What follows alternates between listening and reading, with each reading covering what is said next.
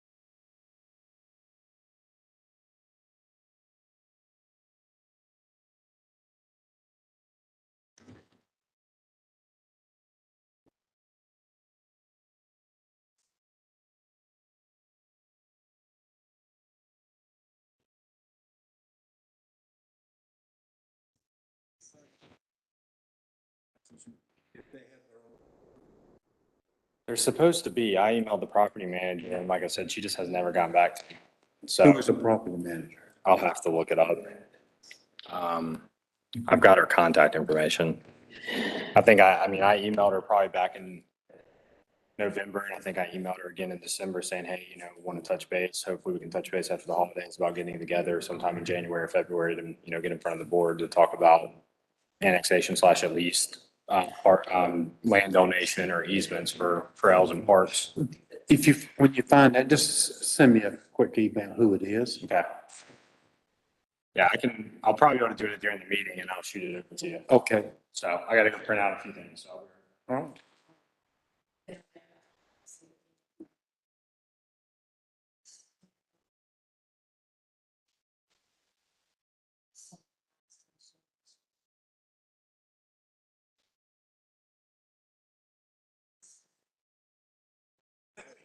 Hey, Wayne. No, I haven't seen you. I was looking around. Jill said you were here, that you might make some muffins. She said they were good.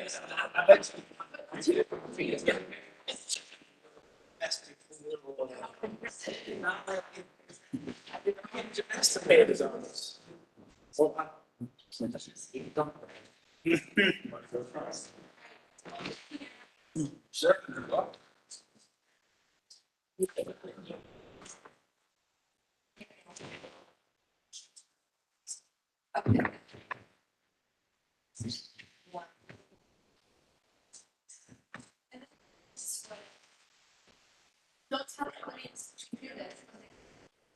Okay.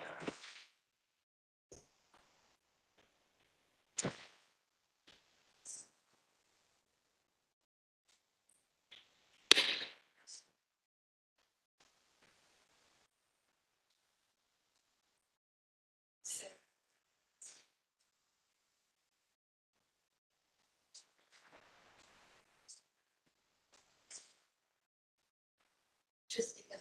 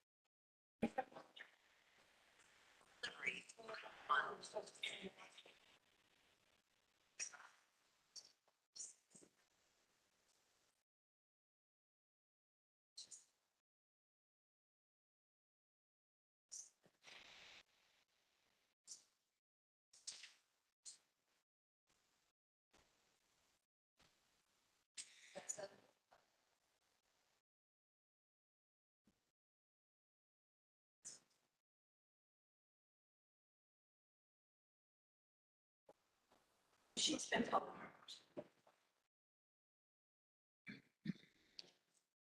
We have.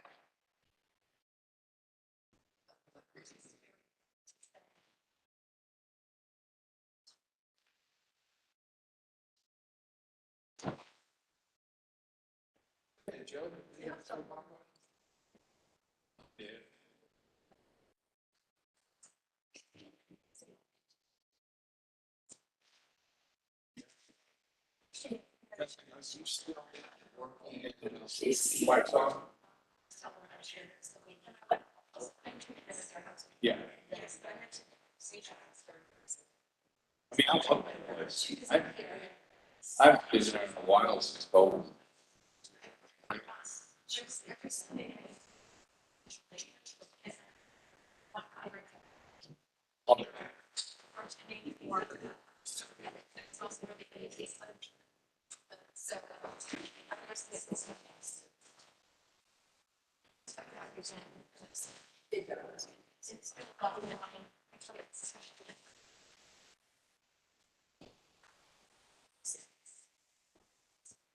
Is that your thing? Without everything's the best. So, I so I can help you. My wife and I love that show, so I can get some guidance.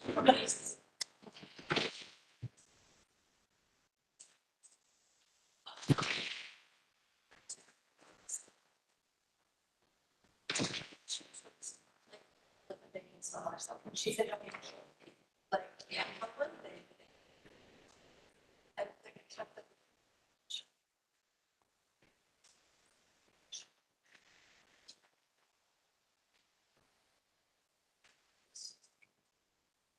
Just one percent.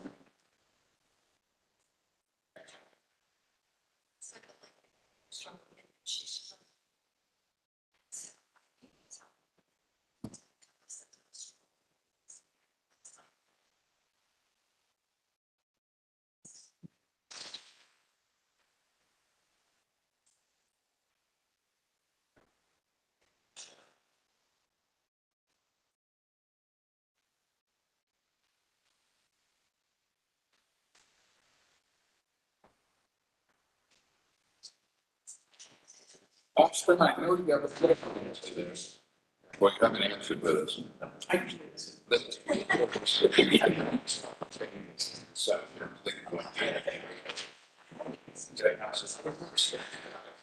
I'll do this. I know. Let's be next to 625, like 2.5 hours. So.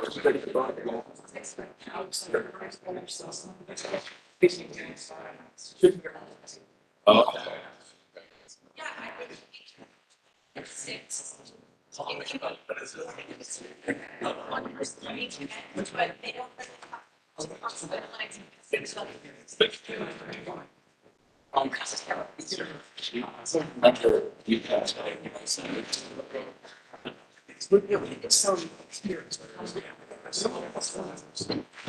Yes. I think that's been key years.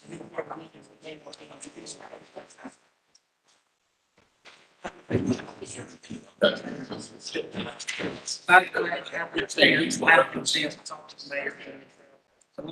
only seen it once, he was asked me on guard.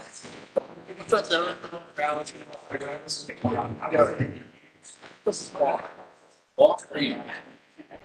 All these, it's fun. Better than I. Okay, so phones look great. Okay, and they're about 6 foot, right?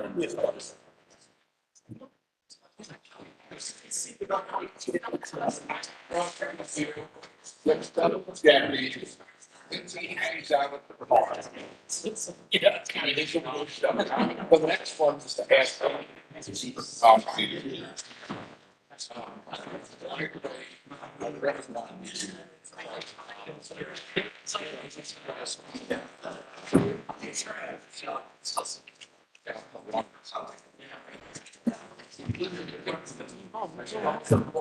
probably complicated. Probably.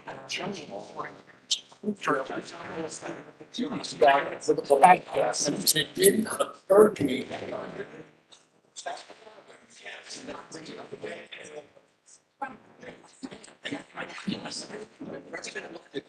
Slow. Would be. Those. Like a truck.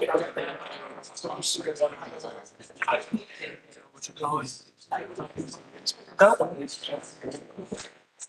Yeah.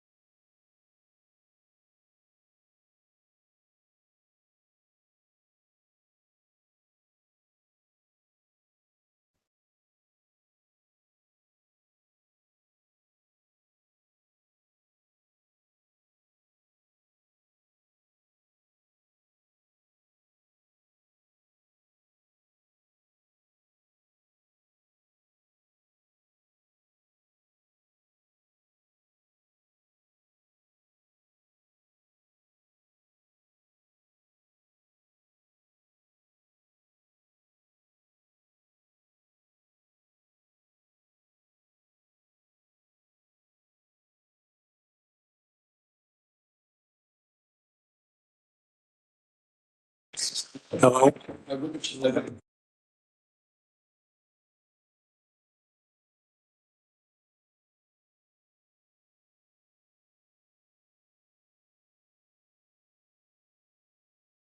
You are all good, Mr. Mayor. Let's make sure you guys have your mics on. Just make sure you have your mics on. Turn the light on.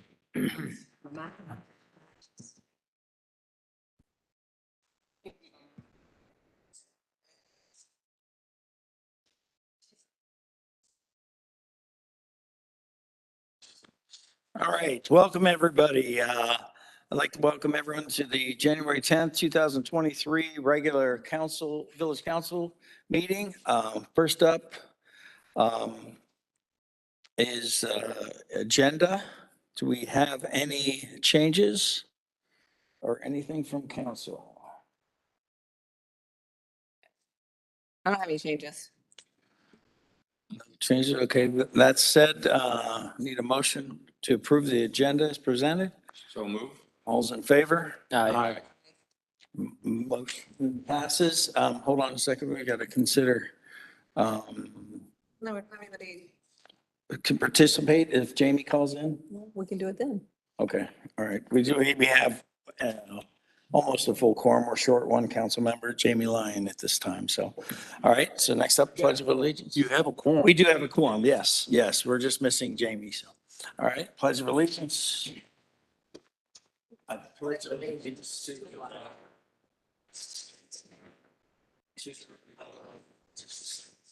flag one nation, under God, indivisible, with liberty and justice for all. Thank you. My apologies. I'm working with contacts for the first time, so I'm back and forth with readers. So next up, we have public comment. Have we had anyone sign up? Austin?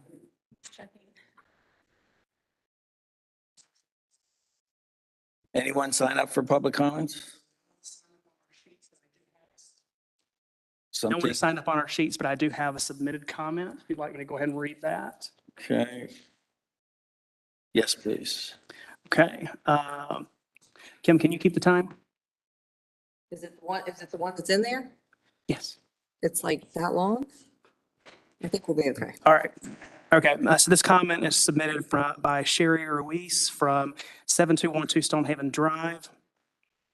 In March 2022, I reached out to Austin Yao at the Village of Marvin via the Contact the Village form on the website. See my inquiry below in response. Mr. Yao, I'm a resident of Weddington Chase. My HOA board directed me to you regarding this issue. The paved path from Weddington Chase to the Publix parking lot has no access for a wheelchair. My 12-year-old son is a full-time wheelchair user and can't access it. I wasn't aware of this until he and my daughter took a trip to the store a few weeks ago and discovered there was no way for him to navigate his wheelchair down the lot. I would like to discuss this with you or the appropriate persons at your earliest opportunity. After that, I referred her to Hunter, and here's her further comments. Since March 2022, I have been pursuing this issue of access and ADA compliance at the Pocket Park site with Mr. Nestor. Mr. Nestor and I met at the site within a few days of my inquiry and had several text exchanges and phone calls over the course of March 2022 through December 2022. Our last text exchange was on December 12th, and Mr. Nestor indicated that the initial park improvements have been installed. I went out there this morning to inspect and saw where the trail path has been installed, flushed with the existing sidewalk. My response was that the improvements do not address the issues that were raised, and the improvements do not make the area ADA compliant. I conveyed to Mr. Nestor that after 9 months of back and forth and no resolution, that I felt like nothing was that I was not quite being heard and was frustrated with the status of fixing these issues. I would like to state that I do understand that the decision-making, the ultimate resolution is not Mr. Nestor's call to make, and I asked on 2 occasions to please connect me to the person or persons who can move this forward and resolve. After this text exchange on December 12th, I received a phone call from Christina Amos, Village of Marvin manager, that same afternoon. This was my first time talking with anyone else regarding my concerns about accessibility and ADA compliance. Over the course of a few days, we spoke a few times, and exchanged emails. I shared the above brief background information so the council can understand that I went through the proper channels to be heard and to have these issues addressed. My goal in bringing this matter to the Village of Marvin was and remains to ensure that the site is ADA compliant, not just for my son, but for anyone who needs those accommodations. Ms. Amos stepped in and reviewed the situation, did some research, conferred with Marvin's contract engineer, the Marvin Gardens developer, the park planner who created a master plan for Marvin, and maybe others in an effort to understand my concerns.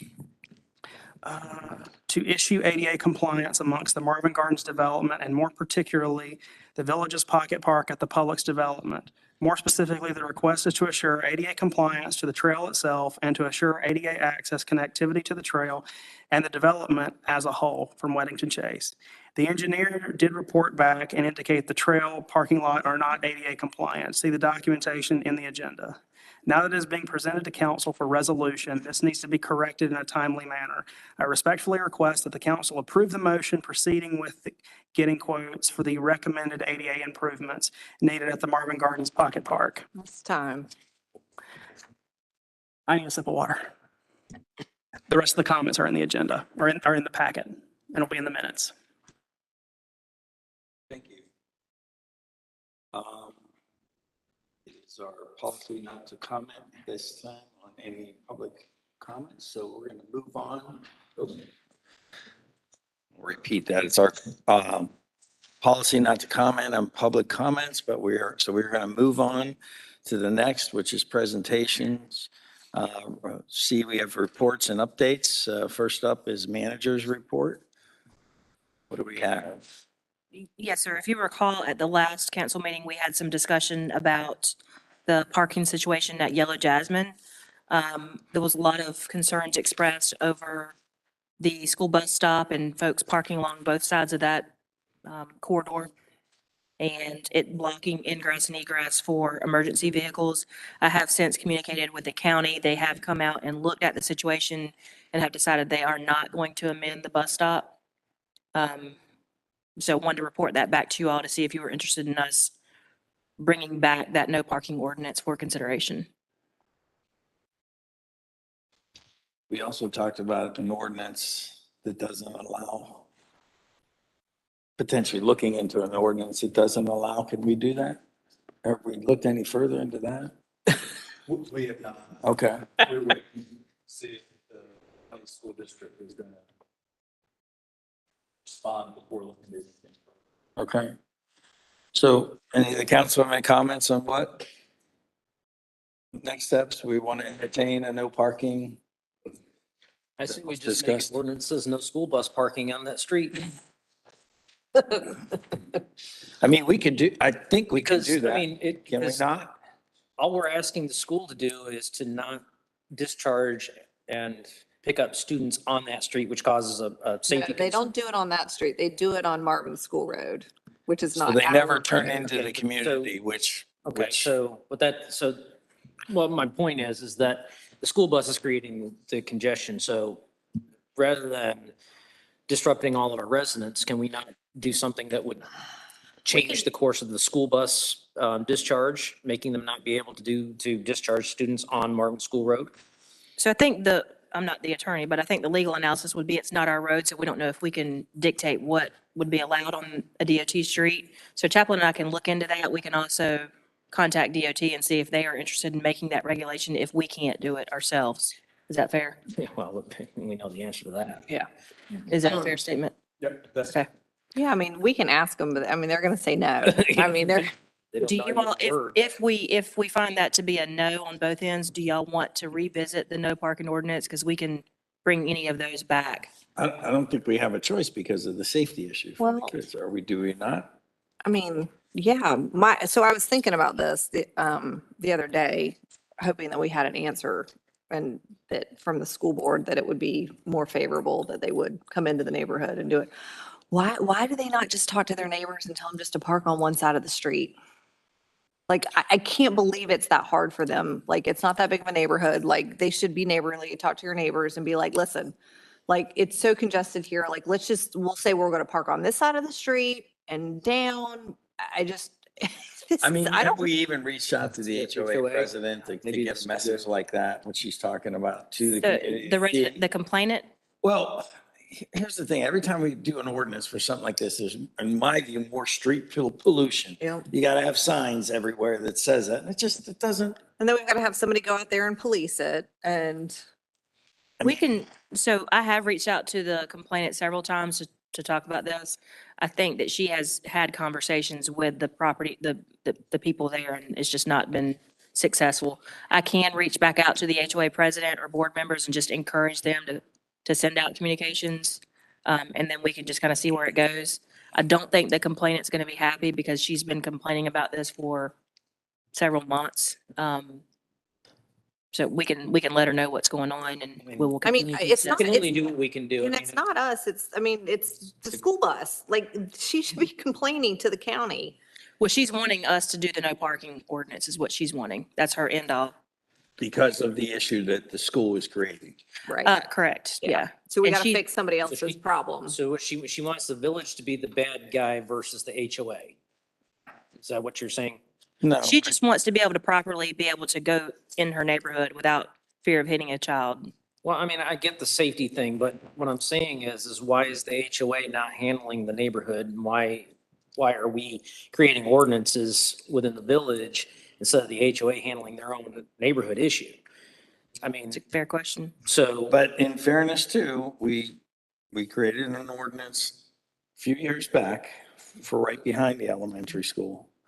And where they couldn't park and it was becoming, cars were going around people that were dropping off their kids on the backside of school. So they didn't have to wait in line on the front side of school. So Red Twig, yes. yes, we've already, we sort of set the. Yeah, but standard. it's a totally different situation. that's right, and It's that's a being through caused by the street, school bus. and that's a through road. Yeah. It's a public through road. It's not a neighborhood. I mean, it is in the neighborhood, but it is also a public through thoroughfare, Right. which puts it in a little bit different light than what I we're think so talking too. about. I here. mean, I would, I'm sorry. no, go ahead. I was gonna say, who'd you talk to at the school level? It was their transportation director. I don't remember his name right off the top of my head. He was the director of transportation, so he's the top one that does the routes. I mean, maybe we need to reach out to the new school board. Not happy with them anyway, but, and they're getting sued right now, so that's good for them. Okay, I mean, I would put it back to Christina. I would just be like, listen, go be neighborly. Like, just ask people to park on the other, like on one side. Okay, so what we'll do is Chaplain and I will meet and talk about the no stop on Marvin School Road, see what we can do.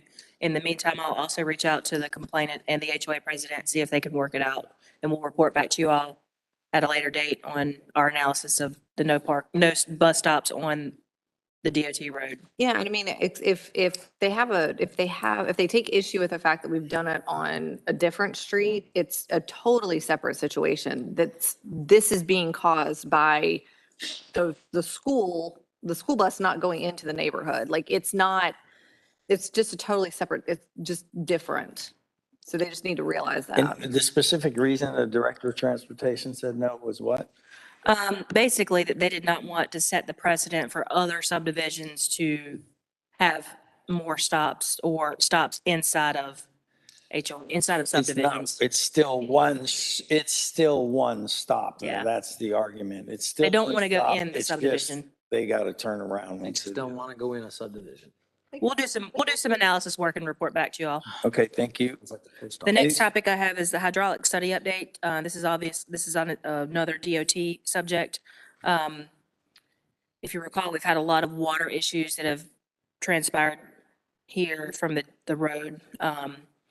When the roundabout was constructed back in 2020-ish, 2020-ish, they came back about 4 months later and saw cut to put in a pipe underneath the road. That pipe basically goes back into the subdivision that's across the street here and collects all of that water, comes over to our property and just kind of spills out. It's a natural way the water flows. Apparently that pipe was there before the roundabout was actually constructed. However, it was collapsed, was causing some water issues. So they came back in and put it in after the fact, which is why it's there now. DOT has done a hydraulic study. They are not going to do anything with the pipe. They're not going to do anything to reverting the water around Village Hall. It would be upon us to do so with an encroachment agreement if we do something in their right of way. Because of the nature of just really trying to figure out how much volume and water it is coming from that subdivision onto our property and then converting it around to make sure it's going with the natural flow of water, looking at retention and all that good stuff. We feel like an engineer needs to come out and actually assess a proper plan. Because we're in the middle of a Parks and Recreation Master Plan study, I did reach out to the folks that are conducting that study and ask him to put that into his recommendations for implementation when we go to start constructing whatever it is we're going to construct next door. They did look at a few different areas where they are going to continue to get their people to give us a quote on what that would cost from a study standpoint. But we've also got some preliminary design for things for you all to consider next door that encompasses some of the drainage issues that we may have. So just letting you know, at some point, we will come back to you and request another study to be done on the drainage issue, unfortunately. So not something we budgeted, something that we do need to get done before damage happens to our building here. But we do feel like we can get it encompassed in the same construction as the next door park, whatever we decide to do there. Is that pretty much summarize it. Yeah, I think that's right. And we're going to get a nice like kind of overview of that at the retreat next Yes. week. So You'll there's have a good- information coming. You'll have a good presentation next week about what to expect there. But we won't have the quote for the drainage study. More than likely. That's all I have. Next up, we have planners report. Just have two items to provide you guys updates on real quick. First being the Marvin Loop project update. I submitted the RFQ last week just to hopefully get comments back from DOT. We still haven't received approval or authorization of funding where we can then move on to the next step. So like I said, I'm trying to kill two birds with one stone. Hopefully by the end of this week or sometime next week, we'll have that approval. And then any comments for the RFQ, I can make those changes, get it submitted, get it posted. If everything works out, either probably the February meeting will be when the RFQ results come back, and I will present those to you at that time. Second thing, Windward bond updates. We are in the process of claiming that. I think I've, kept you guys in the loop on this. Our engineer is getting some final documentation as requested by the claim agent. All of that will then be submitted by the end of this week and hopefully have a determination within the next week or two on that. So moving those two forward. But other than that, that's the only two things I've got updates for, unless you guys have any questions.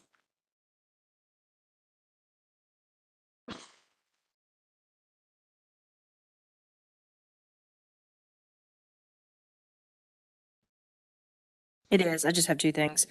Number one, if you recall, about 2 years ago, we entered an agreement with McConnell for an all-inclusive contract that basically meant anything and everything to do with minor repairs, curb and gutter, fog seal, any small little repairs that would happen throughout the village. We usually called on them to come out and do those repairs. That contract has expired, and we are in the process of renewing those sheets in terms of the per unit cost. So we can extend that contract for 2 more 2-year, was it 2 more 2-year? Did you look at that? I think it was 2 more 2-year terms. Okay. So we're going to bring that back to you all at the next work session with those amended numbers, just so you know. Is this something that we pay like upfront or just as we go? So it's only as we use it? Okay. And then the second item I have is AMT is presenting that road resurfacing plan at the work session on the 26th. I did ask them all of the questions that you all had the day of the meeting when they initially presented.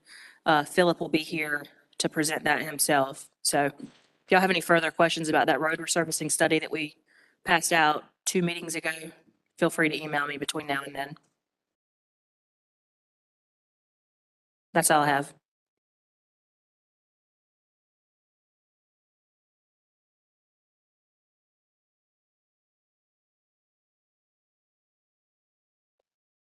Not a lot on here. There's really not a lot on here. I know the accidents have gone up in the area, and as far as some of the citations I've been issuing, I think I got one at 58 last month, one at 66 and 35. So it's getting better. I've noticed that they're starting to slow down. I have to do a little more fishing in order to get some traffic stops, but they're definitely getting the message to slow down. The accidents, I've done about 5 of those reports, and I'm not sure if they ran into this month or last month, but there really has been a lot going on.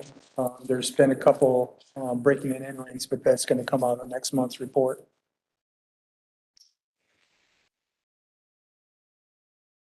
And do y'all have any questions, concerns, or? 98 miles an hour. Where? The fastest speed detected. Was 98? Yep, on Marvin Road. That's pretty impressive, getting from the corner to the radar thing, 98 miles an hour. Was that on the? That was the highest That was detected, and where was that? Marvin Road. Wow. I mean, that's a pretty short distance to get that. Yeah, apparently somebody, I saw that in the monthly reports when I went through that there's been some drag racing going on. We've had guys out here, coming out here, the safe unit's been out here. So So we found that sometimes these displays that we have out in the permanent in front, that they are helpful, or it's, or you see benefit to that? I know it's a reminder for a lot as we're. The display gives us a good window of when they're actually, Speeding. like, it's say from 1 to 2 o'clock, you get a lot of speeders in that zone. Then we know we can go out there and set up radar. Or So light that on doesn't that. give you information. It does give us information. Usually when you get one that's 98 miles an hour, it's somebody that just wants to see it flash on the sign. I think Tommy has got the sign set so that the max speed is like 75, but it will record the actual speed they're going. What? 98. Right, it doesn't show the display up, but it will record the actual speed.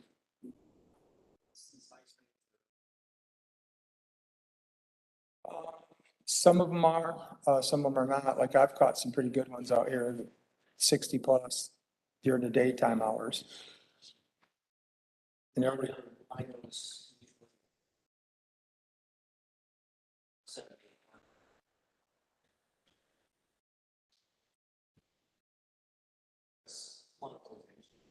no.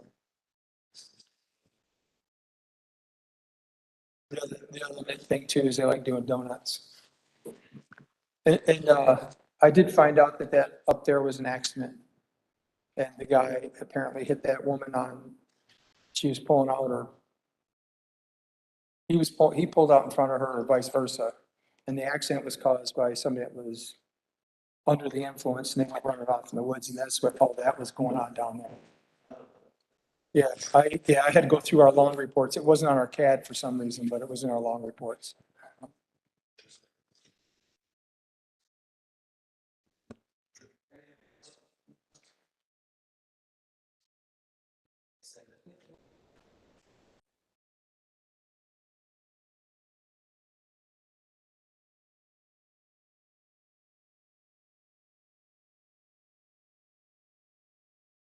Discussion and recommendation of the final plat for the minor subdivision application on Bonds Grove Church Road.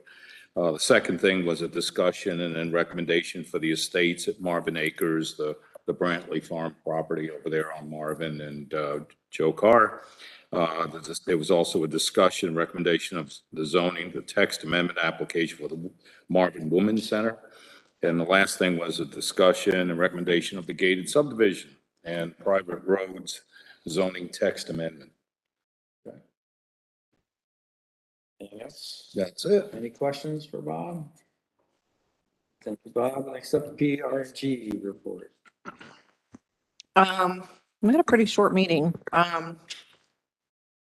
We talked a lot about the screening at Village Hall, which we will dive into later on in this meeting.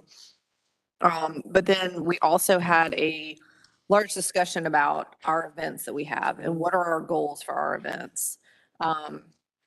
So I think this is something we'll probably bring back to you guys to talk about, like, kind of what are our goals? Like when we have an event, is it, to promote Marvin, to try to just get the community together? Like what are our goals there? So that'll be something that we'll bring back to you, and that's just going to kind of help us with planning events in the upcoming year. So that's about it.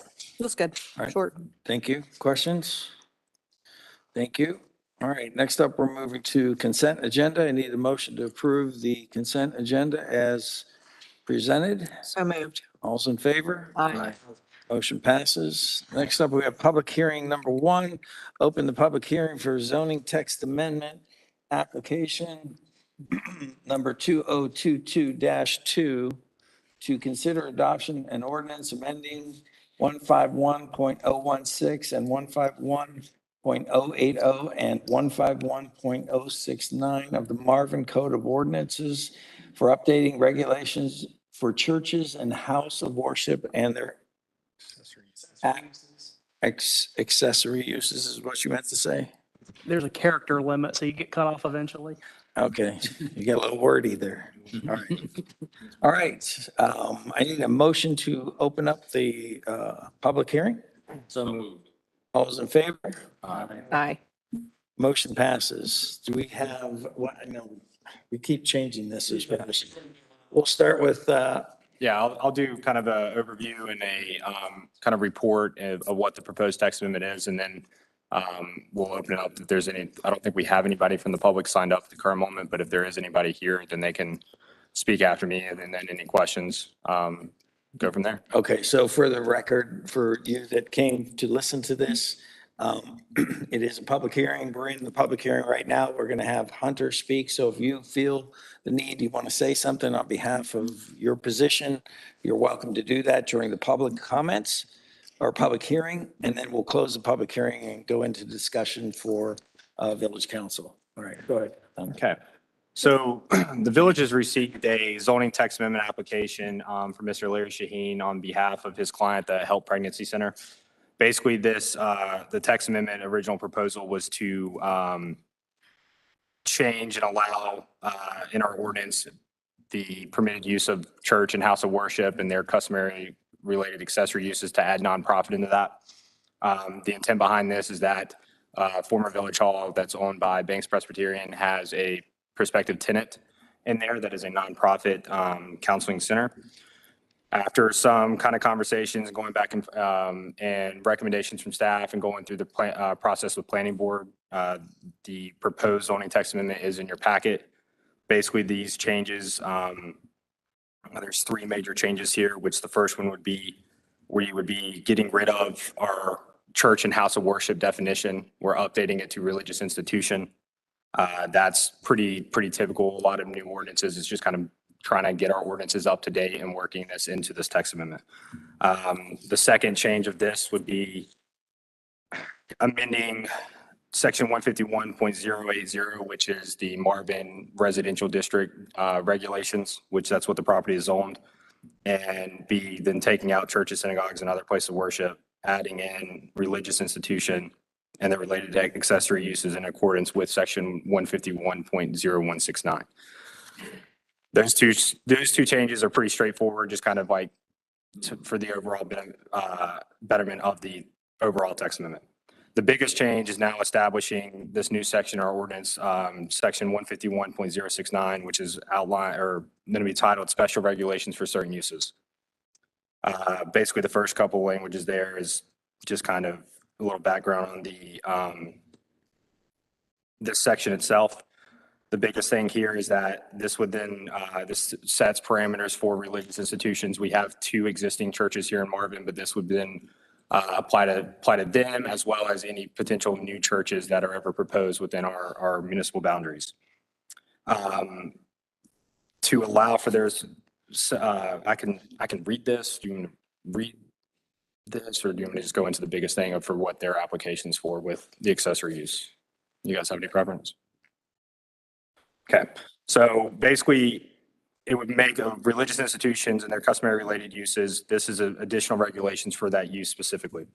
On the final page, really kind of getting into paragraph 2, says to diminish disruptive impacts by ensuring appropriate location and design standards, the development and expansion of religious institutions and their accessory uses and structures in residential, it should be districts shall meet the following standards.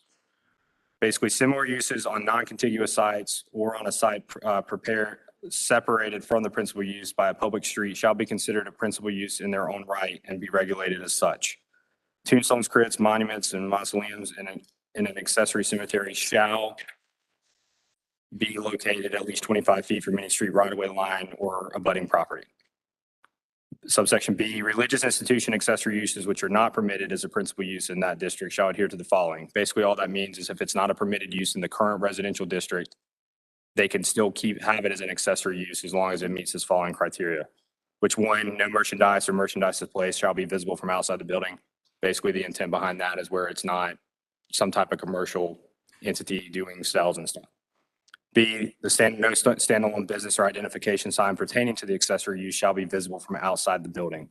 Signage shall be permitted to be part of the principal use existing signage. The signage for the principal use shall comply with the regulations of 151.140 through 151.152.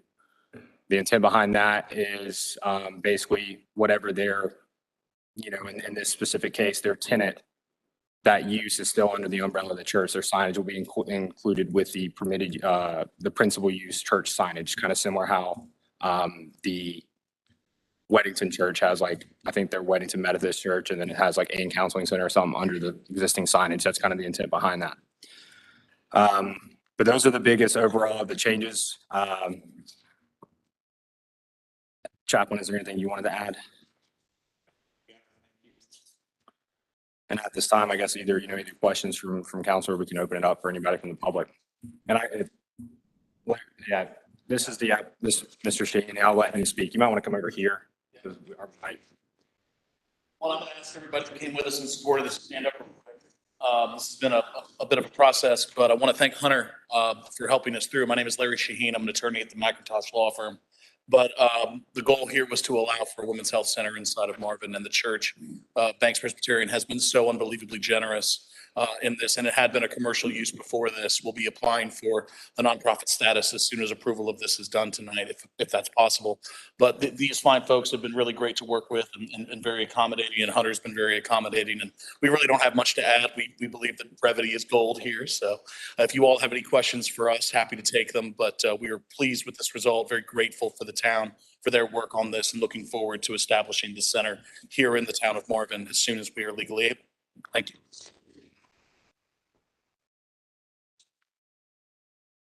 One last thing that I will add in this is that currently in our ordinance, churches are now, proposed religious institutions are special uses. One thing that Chaplain and I kind of discussed is it's on the third page, A1. It's the last sentence. Says, for existing religious institutions seeking accessory uses as described herein, a special use permit will not be required unless a new structure is being constructed for that accessory use. With that being said, that is where, the accessory use itself, if there's no new structure, then no applying for that special use permit or amending it, or it would have to come before you. That is definitely something that, I know I've had some questions about. That's kind of up to your guys' discretion on how that was added in after planning board's recommendation.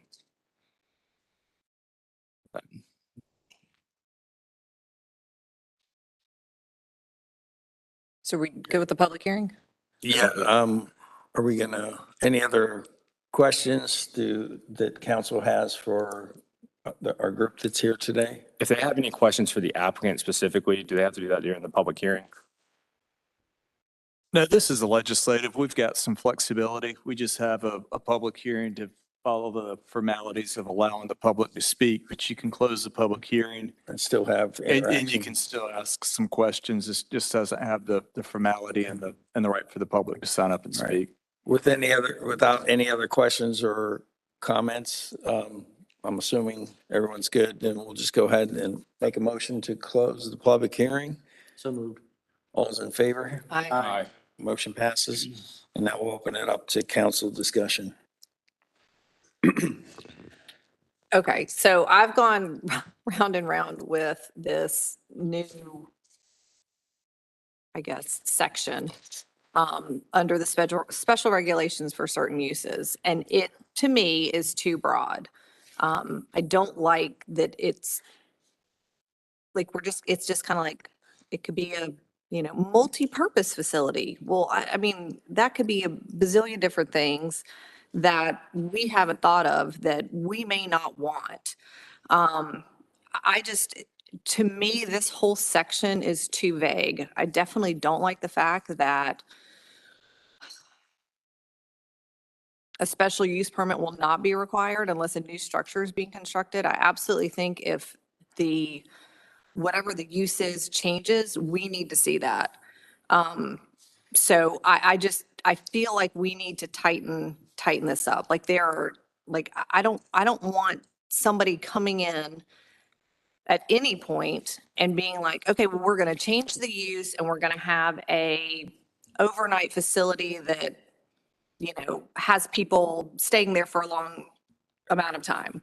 Like, I don't know that that's what is in compliance with our land use plan.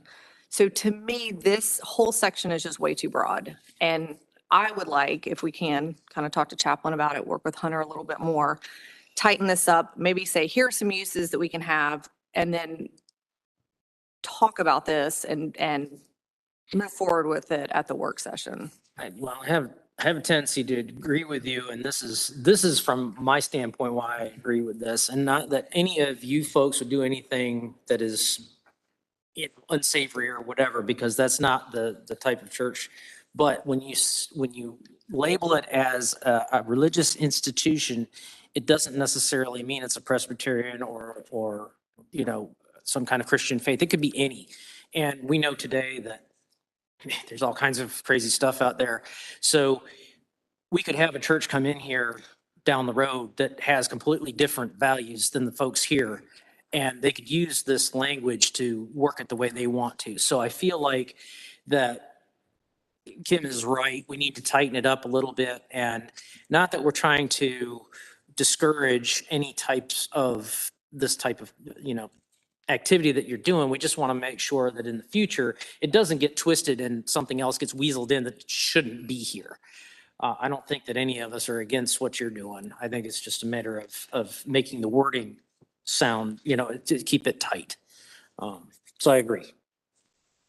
I think, as I think back, as we approve things, and I remember, and this is not anything to do with the religious organization, but to give you some perspective of where they may be coming from. When Publix was being presented to us, we were going through a whole list of things of what would we as a council allow in a specific area? And I remember specifically the developer coming to us and say, tell us what you wouldn't allow. And we're like, I said, well, I don't want to play that game. And here's why. Because 10 years ago, we didn't have vape stores. We didn't have vapes. All these different things that we don't know what we don't know. And I think that's where they're coming from, is to tighten up the language about what it could be, because I'm all for, practicing Catholic at St. Matt's, and there's so many different organizations that are spread out through it, and I'm all for anything that can help community. But I think that's kind of where, as I'm listening to them, is where they're coming from, is like, okay, is the language tight enough where we can feel comfortable saying, okay, do we move forward with this the way it's presented, or is there something to discuss?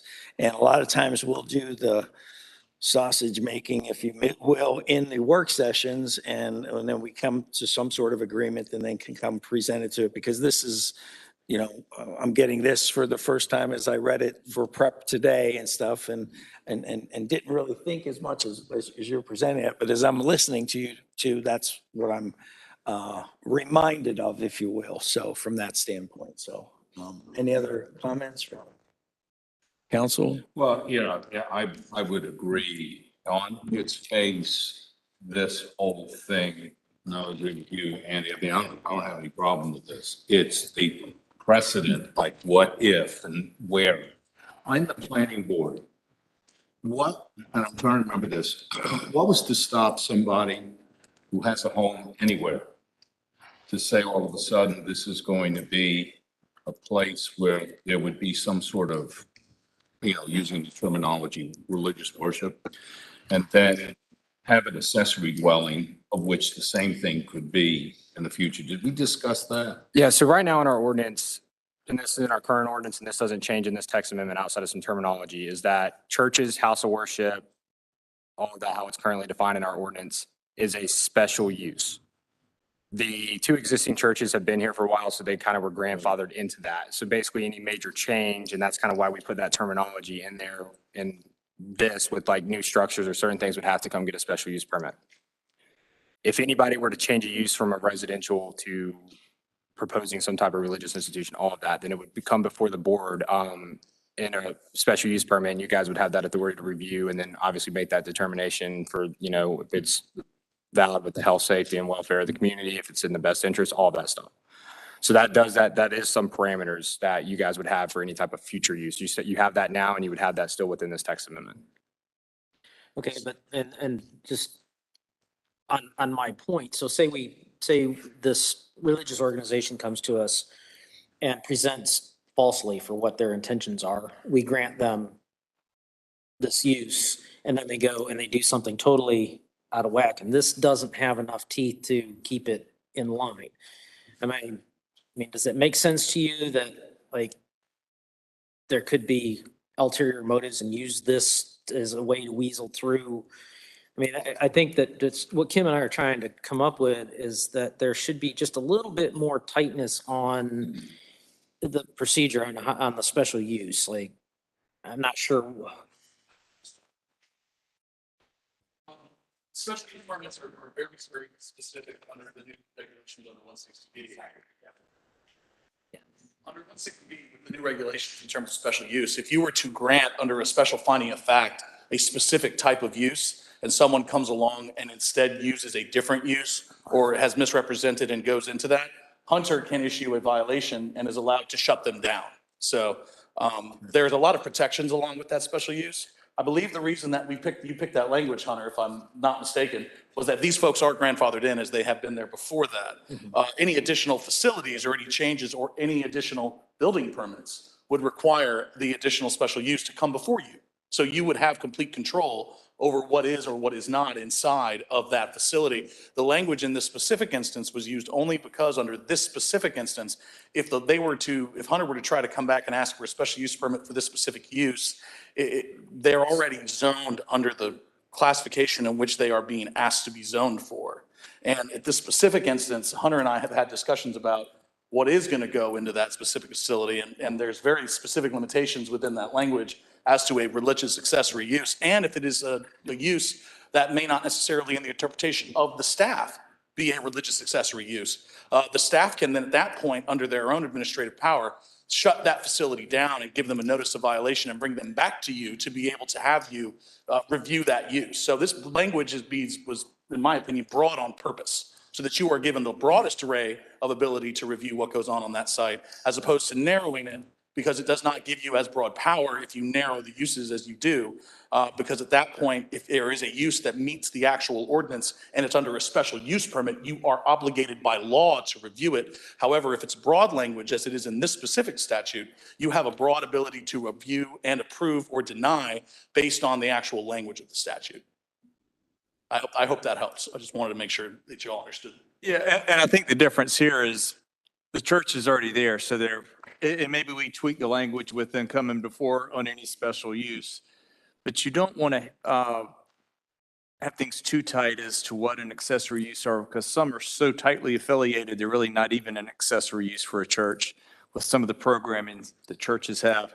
But I do think we can work on this we want to make it workable for everybody. And the church has been there and they should be able to use it, but you don't want to open the doors up either. Yeah, I mean, I personally have no issue with what they're trying to do. I just don't want to see something get slicked by us down the road by some other way. So if you feel like that there could be a little bit of massaging to this to make it feel like it fits better for all sides, then I'm all for that. I just don't want to, I don't want us to get, hung out to dry down the road. I'm not worried about what they're doing. I'm worried about down the road. And I heard some concerns, overnight shelters. I mean, that can be considered a use. If y'all want to have that to where it'd have to come back, we can limit and do some drafting. And you can keep this moving along because you can table this to time, date, and place. That could be your work session if you want to do it then. And we could bring some language. And either you call it a work session, as you know, it's still a regular meeting. It's just how you notice it. And the agenda states if you're going to take action. So you could still take action at your work session, or if you want to get some more information there, you could take action at the following meeting. It just depends on how you want to do that. But you can keep the process moving if you aren't ready to decide tonight, because it does look like you want some language to tighten this up a little bit, and this is coming late. Chaplain, I'm having a senior moment right now, so the council can really help me, but the Heritage District, where we had the broad decision of what would go in other words. Right. What was it? I'm sorry. What was the terminology? Help me out, council. Uses. No. About the Form-based code? What's that? In the form-based code? Yeah, thank you. So you have the form-based code. This sounds almost like, is it dovetail with what the use would be for this? In other words, is it necessary that we have to tighten it up as we're being said? Well, if we use because it's in the Heritage District, we would have some latitude of being able to say what goes in and what doesn't?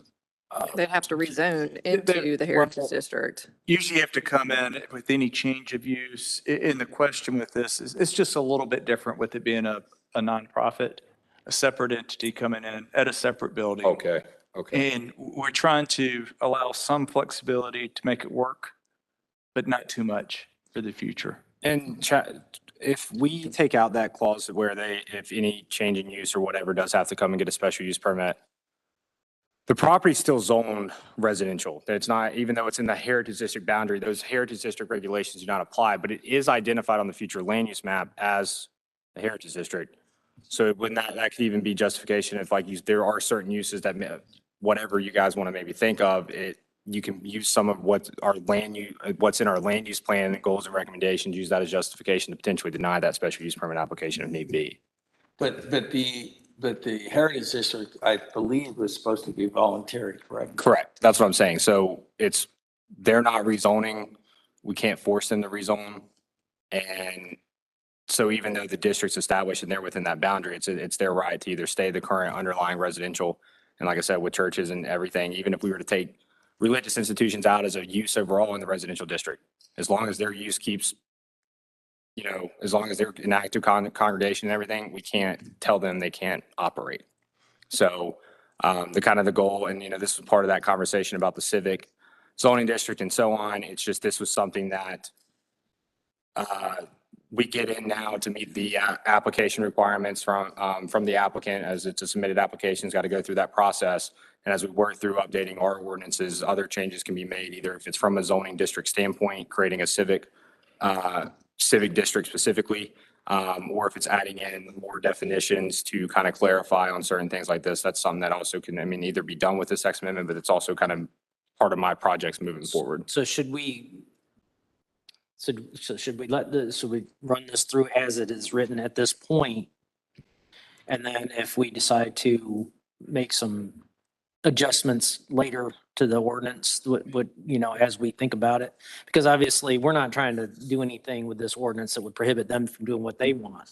In the interest of moving this forward for them, so they can get their stuff done, do we just do that? And then if we talk about it in the work session, we want to update the ordinance with some tighter language, we've got some time to do that. We can always change it later on. I would agree. We've got two attorneys here that are saying it's broad enough for a specific reason.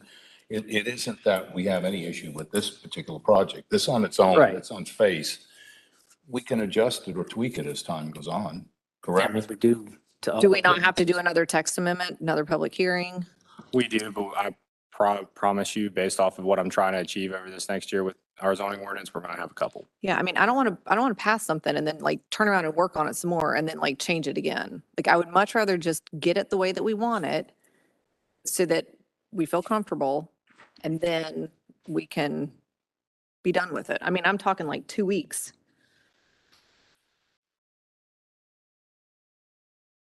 So you're suggesting, Kim, that we table this to the work session and put it in Yes. the agenda of the work session? Yes. Would that give you enough time to consider Yeah, whatever? I've heard the concerns. It's the outer uses that could be affiliated, a no shelter. Or you want to have people come back if they're going to be some of these outlier uses. Okay. So we can do that, or you could try to amend and put something like that now and amend later. That's up to the board. So, yeah, it's completely up to the board. Like I said, if you guys do want to adopt something now based off of, the discussion, then potentially we just take out that for requiring a special or not requiring a special use permit, and that would then, then they would have to come back before you, if it's this applicant or any future, until we do potentially get that full ordinance update.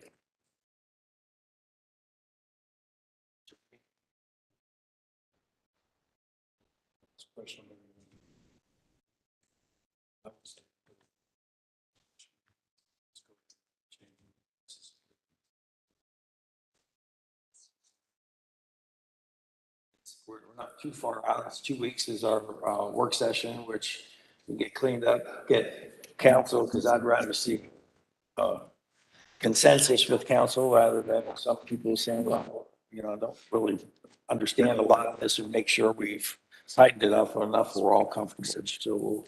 So will we need a motion to move it to a table? If you want to do that, I did draft one and I put it in your system. So you do have a draft motion in front of you if you do want to table it to the work session. You're that quick. I'm very quick. All right, so we're going to recess it? No. It's recess the public hearing. No. No, we've closed the public. Close the Close the whole hearing. Table, yeah. All right, so I'm going to make a motion to move this agenda item, zoning text amendment application 2022-2 to our work session on Thursday, January 26, 2023 at 9 a.m. at Marvin Village Hall. Further discussion? All's in favor? Aye. Motion passes. Moving on, thank you. Moving on, our next topic is open the public hearing to consider adoption of an ordinance. A second here. For zoning text amendment for amendments to multiple sections of chapter 150 and 151 of the Marvin Code of Ordinances for updating regulations for gated subdivisions and private roads. This was a longer read. I'll make a motion to open the public hearing. All those in favor? Aye. Motion passes. Do we? Okay, so I know that we've had some discussion on this through work sessions and everything. This one is a very more complex text amendment. I'm just going to go through, once again, there's kind of a lot of changes since, as I mentioned in the past, our ordinances kind of contradict each other. So part of this process was trying to clean some of that up while I do this. But if you recall, basically this was driven by the Winmore subdivision acquiring about basically the gate their subdivision. So you have an existing subdivision here in Marvin. And we also have the Brantley property sketch plan that's on the agenda later on. And they were proposing private roads and gates. So it's kind of then a staff initiated text amendment. We went through this. I think we have pretty good amendments here to definitely put these parameters in place. I'll just go through the document. I think with all the proposed changes, it's the 6-page document real quick. There's 8 proposed changes? Yeah. So the first one's basically updating definitions. Once again, anytime you're having new uses or whatever, you definitely want to have definitions to define it. But it'd be adding a definition for gated subdivision, which is just a subdivision with access to the subdivision. And the access to the subdivision is restricted by gates or other access control devices. And that's set forth in 151.069, which Chaplain, I have a question about that once I get there. The second one, just adding a definition for private streets because we did not have that in our ordinance prior. The second change would be in our subdivision section where it says private streets and reserve strips. The current language in our ordinance basically states that private streets or reserve strips are not permitted. Basically, the change is that unless it's a private maintained alley, basically the change is still allow them if it's private maintained alley, and then if they're a part of approved gated subdivision as a new use. The third change or the second change of in that section 150.066 is referencing maintenance. Basically, this is putting in parameters that if private streets are a part of approved gated subdivision, it will be maintained by the developer until such time that those private streets are turned over to the homeowners association or applicable responsible person. And it's outlined in that 151.069, which kind of just cross-referencing and kind of getting it all in one section. The next change in that 150.066 is talks about gates and other traffic obstruction across streets. Basically, it's still prohibited for any type of public street. So it's just kind of clarification there. So if it's a private street as part of a approved gated subdivision, then obviously an access control device or something across that street would be permitted, but any type of public street, it's not. Third change is now getting into the zoning ordinance section, which is adding that same gated subdivision definition. Fourth change is that section 151.048 of our zoning ordinance references lot to abut a public street. Basically, it's just adding that if any lot is a part of an approved gated subdivision, so it'd be abutting a private street, then obviously it's allowed to be built upon and so on. Just kind of adding that clarification. And now the fifth change, and this is when it gets into the big regulations. Chaplain, quick question, because the previous text amendment was supposed to establish that new section 151.069. If council moves forward with this, I might need some guidance on how, would it just be, I guess, instead of amend, it would be established this section? Yeah, as long as you don't make a material change, you've already notified the public. And generally, you can tweak and make changes through the approval process. You can change some numbers and where it goes. Okay. Key is to put the public on notice. And as long as you aren't allowing a more intensive use or making more intensive changes, you can modify through the approval. Perfect. So that they can approve with your recommended change. Okay. So now this change, change 5 would be to go ahead and establish this new zoning section to special regulations for certain uses. It would be to add in following the gated subdivision and their regulations. For these regulations, we've broken it into new residential subdivisions and existing. For any type of new residential subdivision, basically before the approval of the final plat, the developer shall submit to the village the design and layout of any access gate, external fence and walls. Basically, that would be a part of their construction documents. So you guys would see all that and we'd be able to make sure it meets the following criteria. But it just it states before the final plat, basically, because that's the final step in the approval process. So B, the road upon which will serve the proposed subdivision is the only means of ingress and egress for the subdivision. So once again, one way in, one way out. C, neighborhoods to have an entrance gate are subject to the regulations for rural entryway gates as provided in 151.152H. That section we already kind of had based off of what I worked through with planning board's recommendation and conversation with Chaplain. I think it was just easier to kind of reference that section and what those regulations are. As for the aesthetics, stacking requirements, maintenance agreements, all that stuff, and instead of trying to re-outline it again. And D, prior to the approval of the final plat, the developer shall provide written evidence that the developer has created a homeowners association whose responsibility it will be to maintain the common areas and private streets within the development. Such evidence shall include filed copies of the articles of incorporation, declarations and homeowners association bylaws and maintenance agreements. The goal of that is basically if a new development's proposing this, at least we have some protections that we know before we approve it in the final plat that are put in place. So those homeowners at least have, somebody to fall back onto if the roads, were not to be completed or whatever. It's taken us out of it, but it's at least giving them something where they'll have, if they have to take a civil action against any type of developer or so on. So then 2 would be for existing residential development. Basically, it's kind of the same parameters, but the biggest difference here is that if a developer person or homeowner association requests a gated entrance after a final plat approval, for example, Winmore, the applicant shall submit an updated final plat along with the required fee to the planning and zoning administrator for village council approval. That updated final plat would basically, if roads are dedicated to the village but maybe haven't been accepted, basically that final plat would be kind of getting rid of that dedication and going from a public right of way to a private right of way. And since those roads aren't in our control, it's just kind of the approval process there. It still does allow for an option if there are any neighborhoods that are either in NCDOT system or ours to go through that right of way abandonment process, but that's a whole nother step.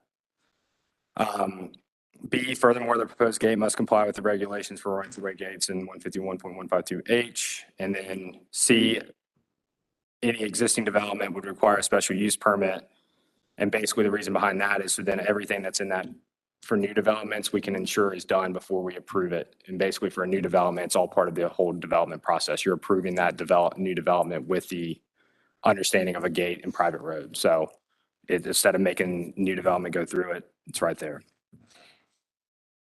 The next few changes are kind of straightforward. It would be to allow a gated subdivision as a special use in the Marvin Residential District. Change 7 is just adding some additional review criteria for when a special use permit comes before you for existing development. And then change 8, 151.152 was titled signs permitted in the CC commercial district and mixed use district, but had all our residential signage and entryway gate stuff. So we updated that title to make more sense.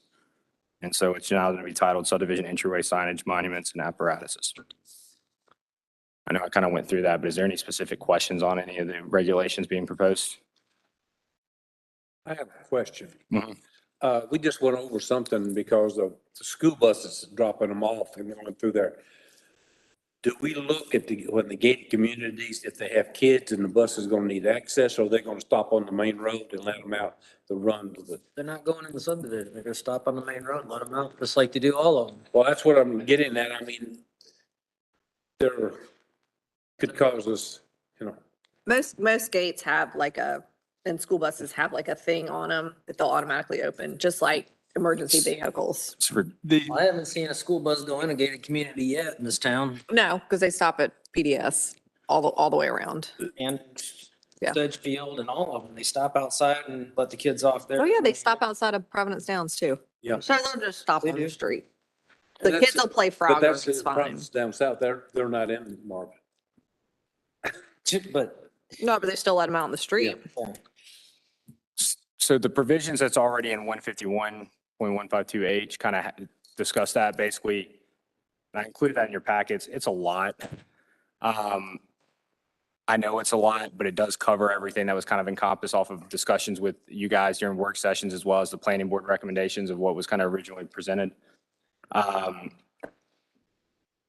Basically, in those, it does allow they are supposed to provide access to any type of government entity. I guess if it's the school board, and definitely any type of emergency access and so on. So that would be kind of something that would be addressed if said subdivision was applying for this process or applying for a gated subdivision. So do we want to invite anyone is going to speak on behalf? Do we have anyone here that's going to talk about it? Because we're still in public hearing. We correct? are, I don't think we have anybody signed up. We want to, But we can close, we can close the public hearing and still discuss, correct? correct.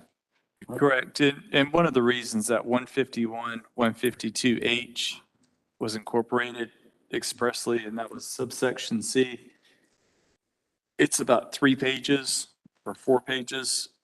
151, 152 is incredibly too long. It's confusing. It needs to be rewritten. But that one section, subsection H, really did have a lot of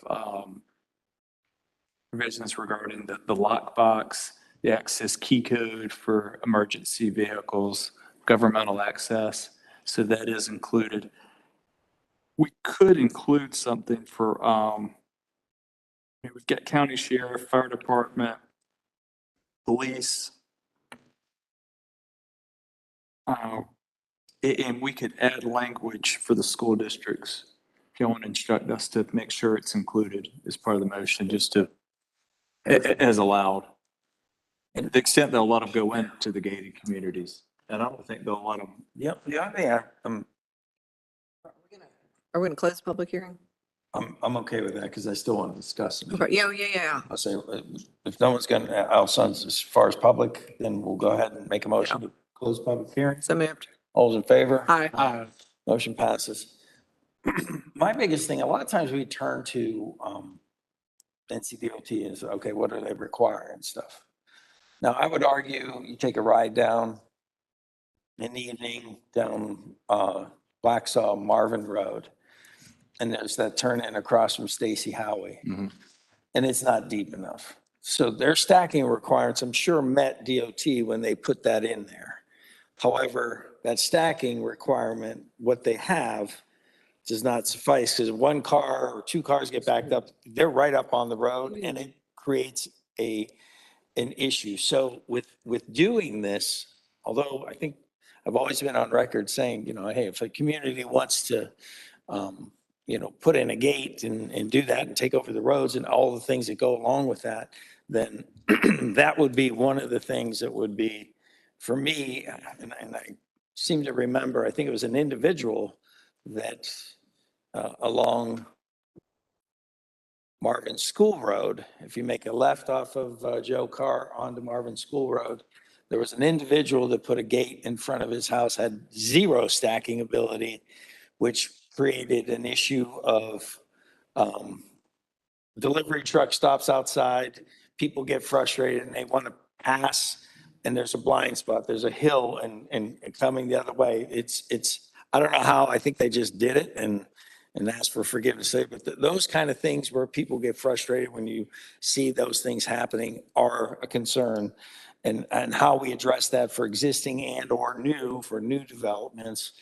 And then the other thing I would question is does any of this require bonds for any particular, could we think of any reason that would require a bond? I know. I don't think, we have a maintenance agreement and turned over to the HOA. Setbacks are expressly in here on page 61 of 50 feet, and they must allow at least 3 cars. And they have to provide an ad, then, like I said, they would have to provide also a turnaround.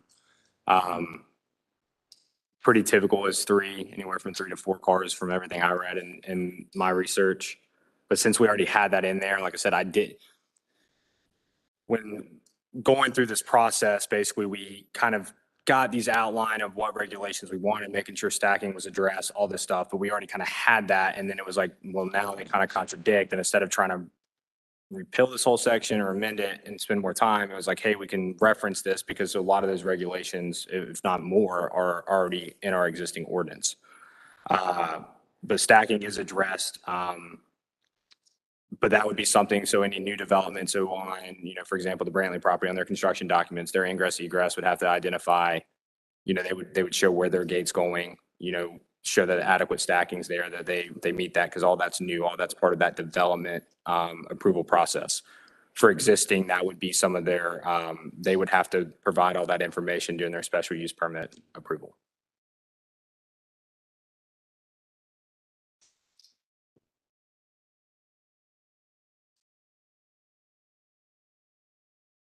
Any other questions or comments from?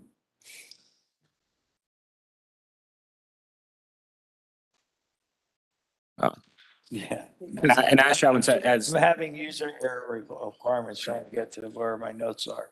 as Chaplin mentioned, and kind of once again heard me, is that we already kind of had existing language there. It was easier to kind of reference some of that, and then we're going to clean it up to make it just flow better, because the regulations for subdivision entry monuments and gates are a lot. I think they can be simplified.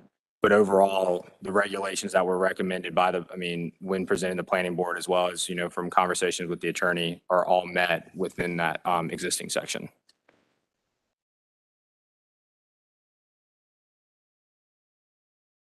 All right, any other questions, concerns? So what are our next steps? If you guys can vote on this tonight. Basically, we would just have to, you would amend the proposal just to say, establish that new section, correct?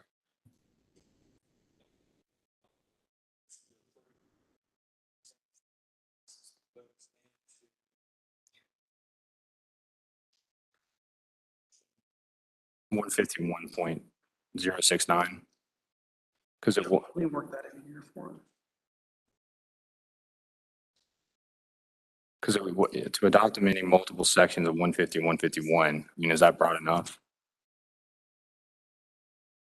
You do have a little bit of leeway there. I did.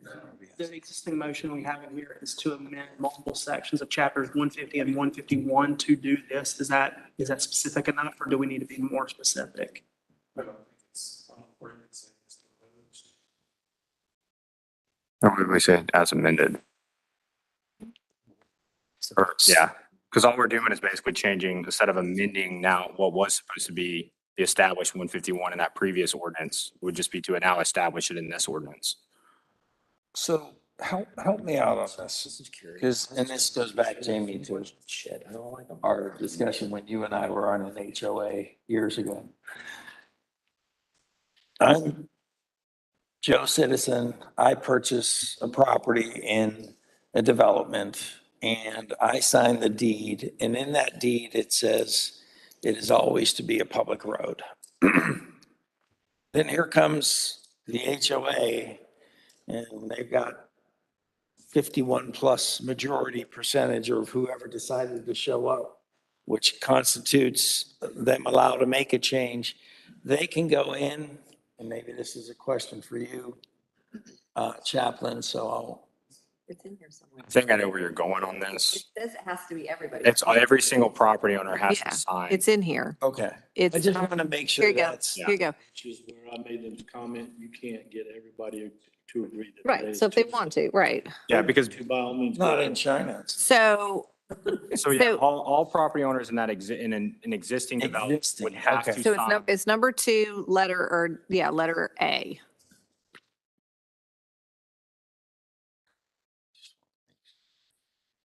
No, that's not it. It's not. It's in the,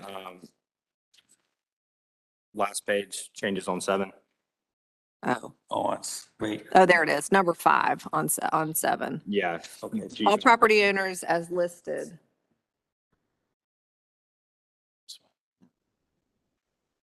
There you go. All property owners as listed on the recorded deed who have the right to use the road have provided their written consent to the permit application and approval of all site plans and elevations. All. Emphasize all. All. Yeah, because there was a publicly dedicated plat and they would be doing that. So we So want, then explain to me how they were able to do that a few years ago. 8 is another neighborhood and put in gates. And they came to us, you weren't here then. Mhm. They came to us and they said there was probably 70 people showed up and all petitioning to put the gates in because they were having speed issues.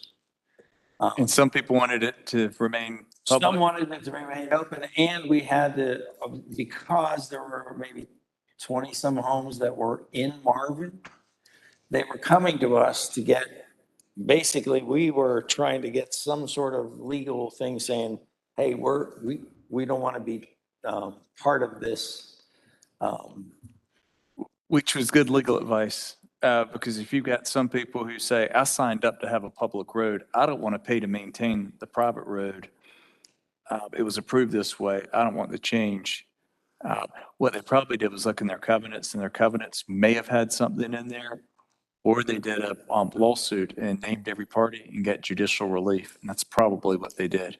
And had a court action, then you've got a court declaration or a court order instead of a governmental order. So in your view, are we doing anything with this particular ordinance that will put us at risk of getting sued because we didn't? Every property owner consents. Going to be a little difficult for them to come back and say, you improperly converted my road. I think that protects it by having, we didn't use a supermajority.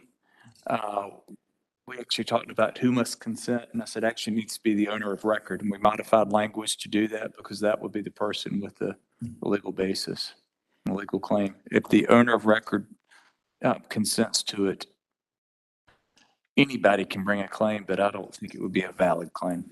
But I think Joe's question, if I can try to interpret, I know it's a challenge. at is times. what if somebody doesn't agree? Oh, then they'll have 6 out of 7 people and it won't happen. And they don't meet our requirement of our ordinance really to even be So considered. so we wouldn't give them the permit to We do would it. not allow, if somebody buys their home on a public road, platted, approved, and in the public road system, and they want to maintain that, the way it's written, unless that person consents, it stays public.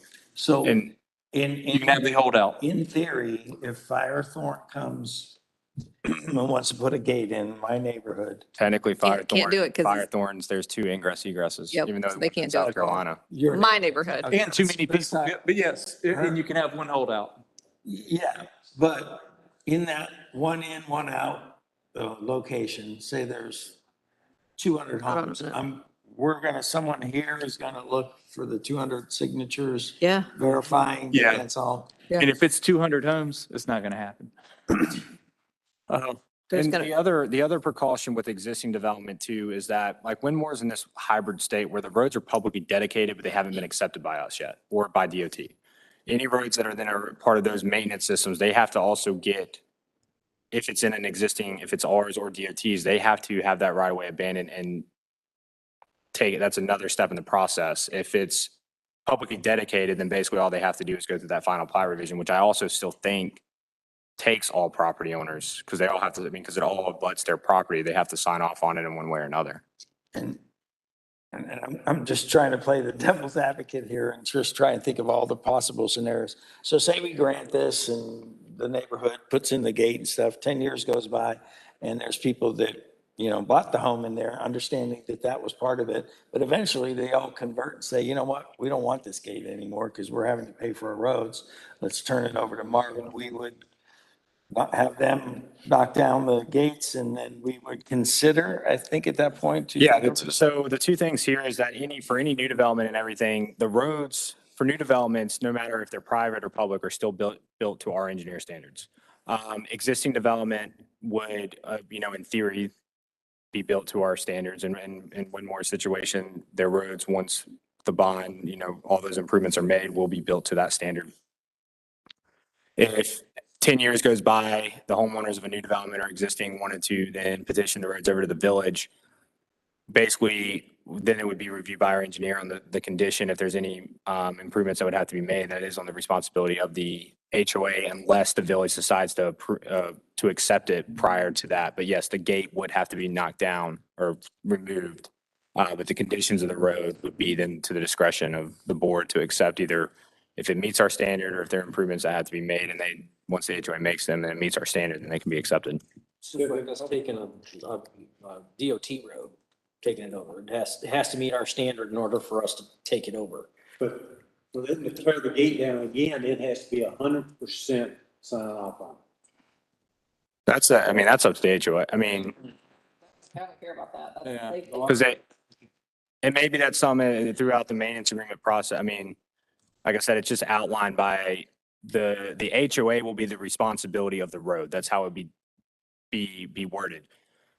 And right now, in new development, the developer is the one that petitions those because they are the HOA for the most part. Whatever maybe that HOA's covenants is read, if it, that's up to them. That becomes a civil thing between those property owners. What happens if a neighborhood dissolves their HOA? We've still got, we would require somebody to still be responsible to maintain the gate, and we have provisions for enforcement in there, but ultimately. Well, that's where the bond issue comes in, doesn't it? Well, that's where that maintenance agreement and all, like I said, that responsible But party, if they end if up, the maintenance agreement is with the HOA and the HOA is like, we don't want to be HOA anymore, so we're just going to dissolve it. We're not going to have an HOA. So then who is responsible? well, if they for call the and gate? complain about their roads being crappy, it's on them because we're out of it. The other thing is if they dissolve their HOA, then nobody's paying the power bill for the gate. Yeah. So then the gate doesn't work either. Okay, So that's kind of just a thought. that's a pretty big reason to keep the HOA going. If you want to get in and out. I'm trying to think of all the things, because I know this was a big issue years ago and all the things. And again, I never had a problem with it because it's, in my view, at the end of the day, it's a false sense of security. I think law enforcement would tell you that, because it's if you're trying to get into someone, you can get in that, you can figure out a way to get in that gate, but it gives some people that sense of security, which is great. Planning board, did they have any major when you? No, like I said, the original draft had provisions in there, but like I said, all those provisions were already kind of outlined in 151, 1.152H.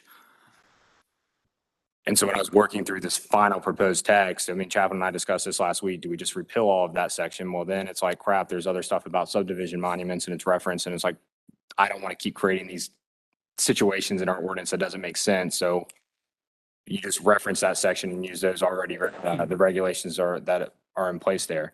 The other thing I'll mention is that throughout this process, I think anywhere between 10 and 15, I looked at about 10 to 15 municipal zoning ordinances.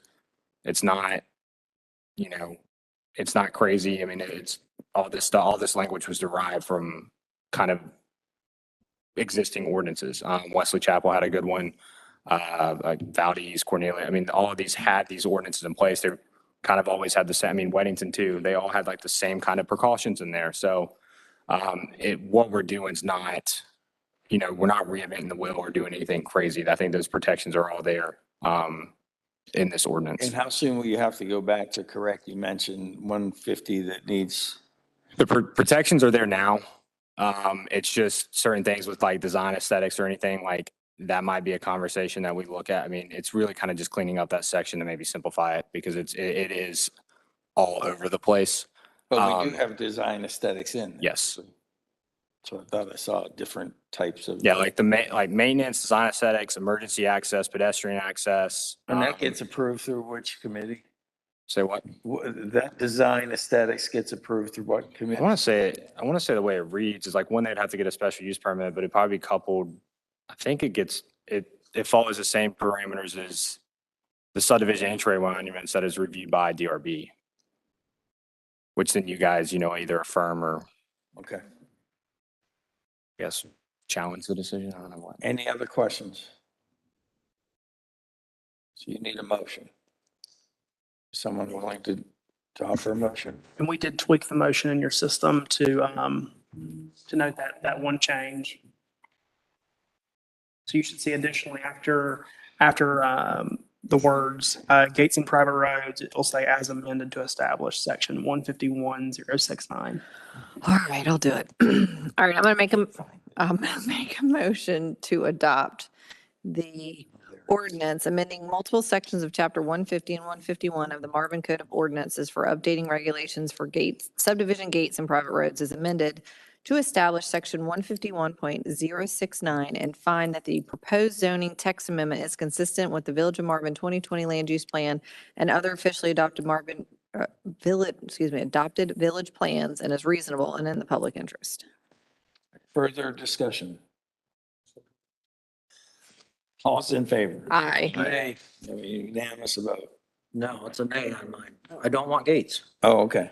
All right. And I've made my I'm sorry. position known right along. Okay. Well, you hadn't said anything against it, so I thought we were all on board. Okay. We have one nay vote. All right.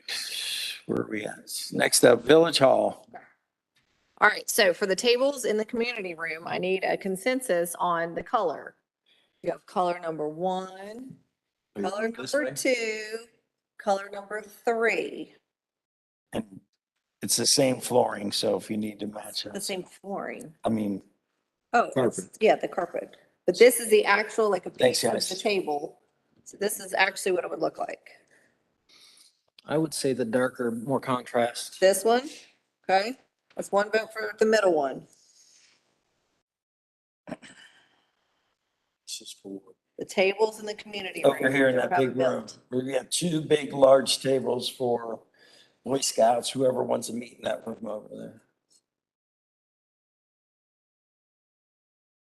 Jamie's laughing because he's like, trust me, even the builder said, you really need approval on this? I go, you know what? It's better middle. I already told you what I Okay. wanted, so. All right, Bob left, so you don't get to vote.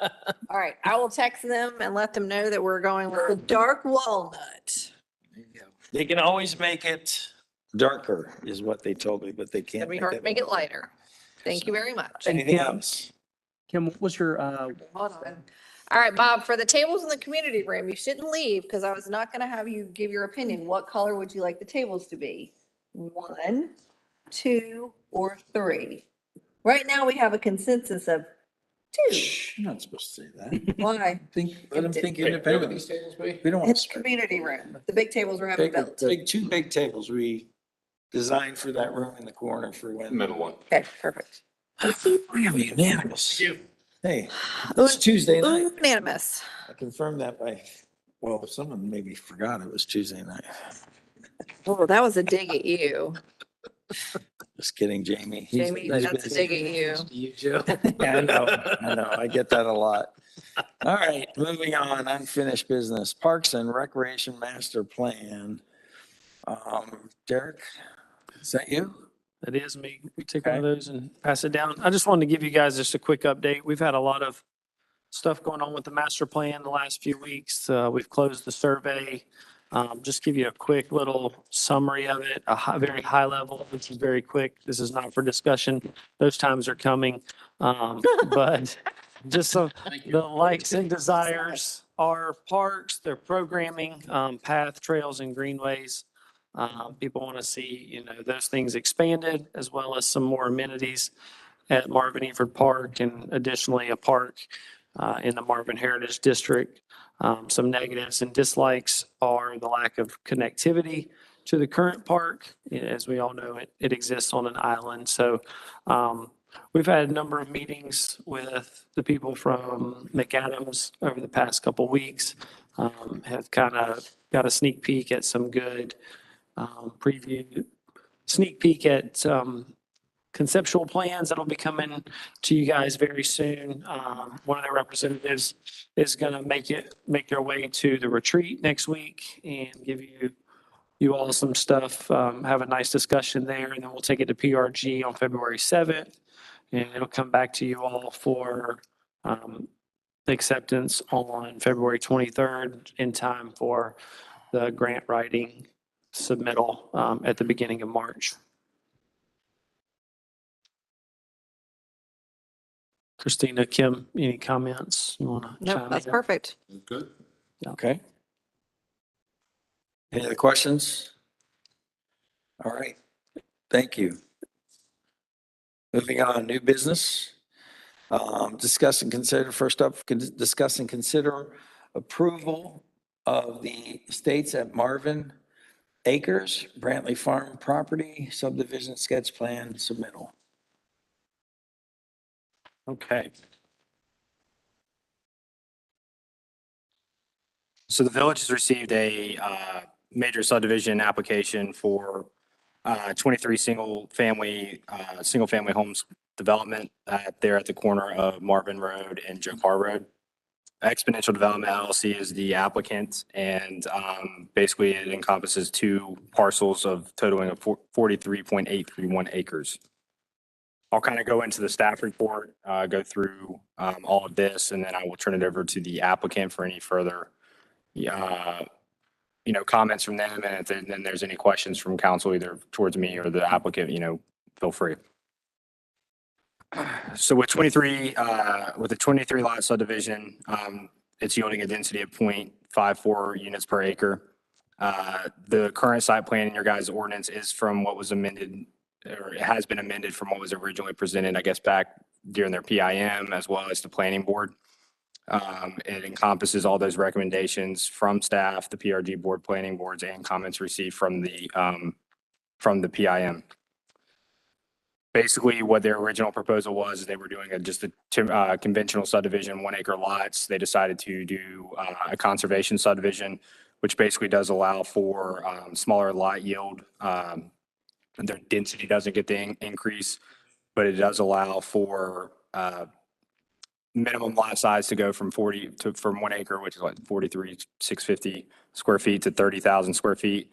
It also allows 20% of the lots to be under 30,000 square feet, but never less than 25,000 square feet, basically as long as they're providing that minimum of 15% common open space, which the applicant is. The proposal also had, for greenways and sidewalks, the applicant plans to dedicate a greenway easement to connect with the estates at Marvin Branch Trail. The applicant is also proposing to dedicate an easement along Marvin Road and Joe Carr Road for future sidewalk improvements to be installed by the village. For tree preservation, the applicant's proposing an exterior and interior tree preservation areas to comply with our ordinance. The properties to have a minimum 25-foot exterior tree preservation strip around the whole development. And the applicant has also identified proposing to save 10.5 acres in the exterior tree preservation strip, which is along some of the common open space, as well as some of the 2 5-acre tracts there along the creek. It's common open space. The applicant's proposing to dedicate 7.5 acres or 17% as common open space for this development. This exceeds the 15% minimum to be considered for a conservation subdivision. Lot characteristics, so their minimum lot area is 30,000 square feet. Front yard setbacks 50, side yard setbacks 20, rear yard setbacks 40. That's what our ordinance states. Lot width's 130, measured at the front building line. So for those cul-de-sac lots, they can have smaller than 130, but obviously once the building pad or where the established building line of the house is has to be a minimum of 130, and then that's maintained throughout the rest of the property. Drainage, the applicant's not proposing a BMP for their stormwater. The intent's to have the impervious maximums on the lots to keep under 24% disturbance and utilize open channel drainage wells to get the stormwater to the wetlands and creeks at the back of the property.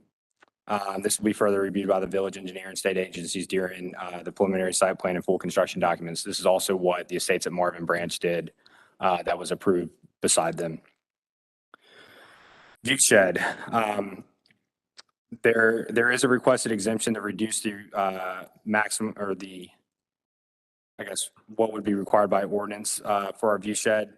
Basically, the maximum for the view shed based off of this property would be 285 feet. The applicant's proposing to reduce the view shed buffer to 100 to 140 feet on the west and south side, basically along, what is Marvin Road and Joe Carr Road.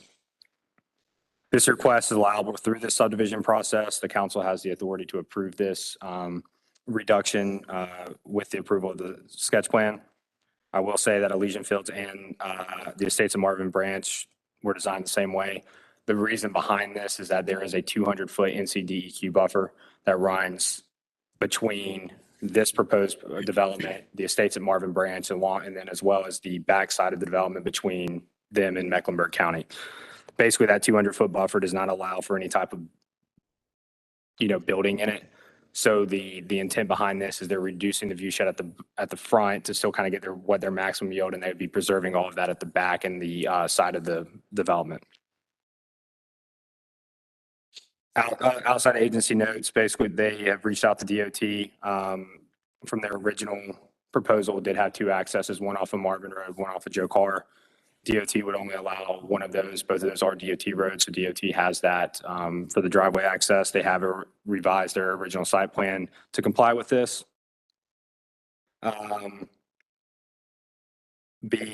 Joe Carr has permitted the driveway location to be across, basically to not conflict with the future roundabout project. The applicant is proposing to dedicate right away for a future roundabout in that at that intersection of Joe Carr and Marvin. We got that in your packets of kind of what that would preliminary look like. Just for clarification, there is no roundabout project at the current moment that's funded or fully proposed. This would be something that the village would have to initiate through probably, the funding procedure through CRTPO or work with DOT to get that project moving forward. But having right of way does kind of now shift a biggest thing here, because having that right of way allows us to work with the design, and then, it saves costs for us long term.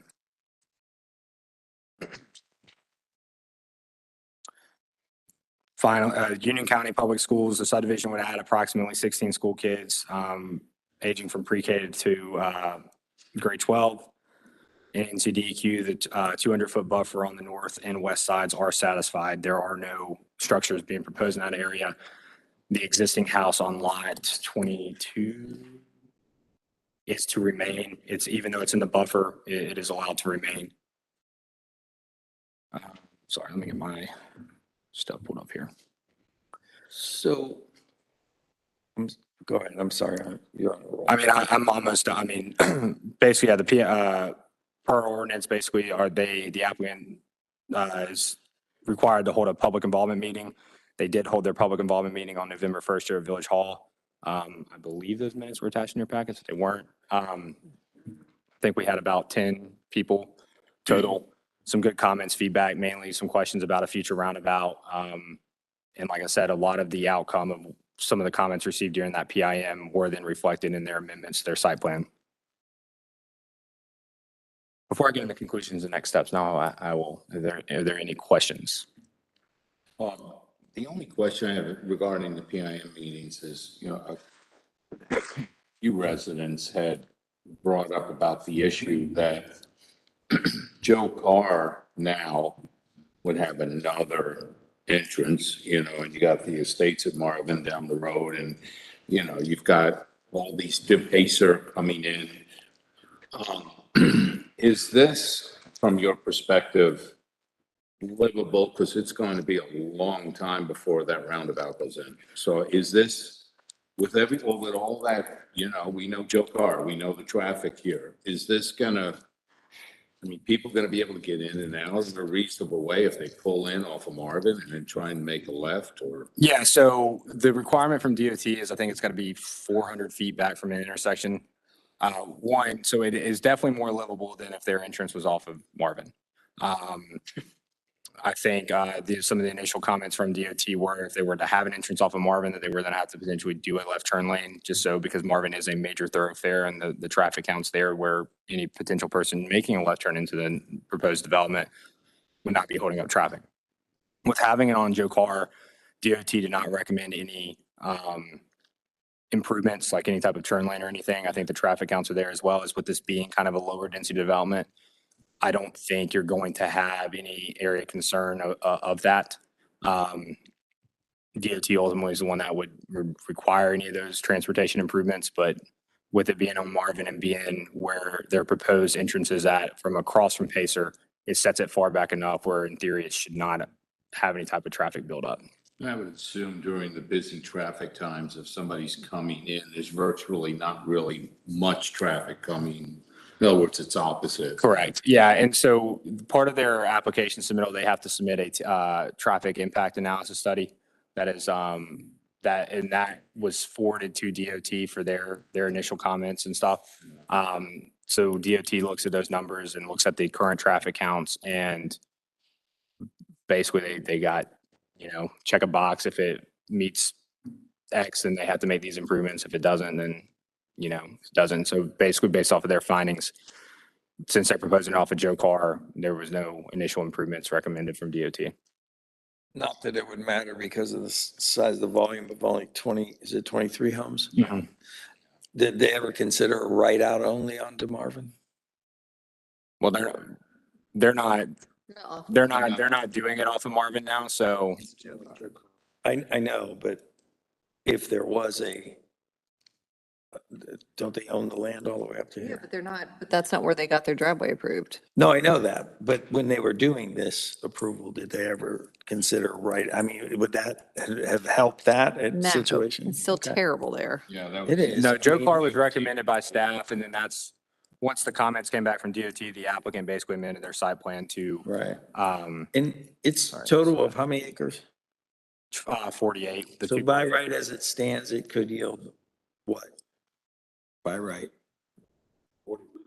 That's always a difficult question because technically, I mean, it's one house per acre. I mean, for infrastructure, I mean, yeah, you would be looking between 40, 45 homes.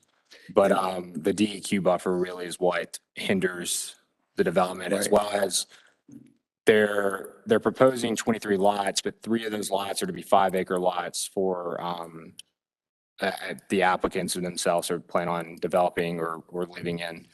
So you only have technically 19 or, yeah, So how do they 20 get lots that would be. access to those 3 5-acre lots?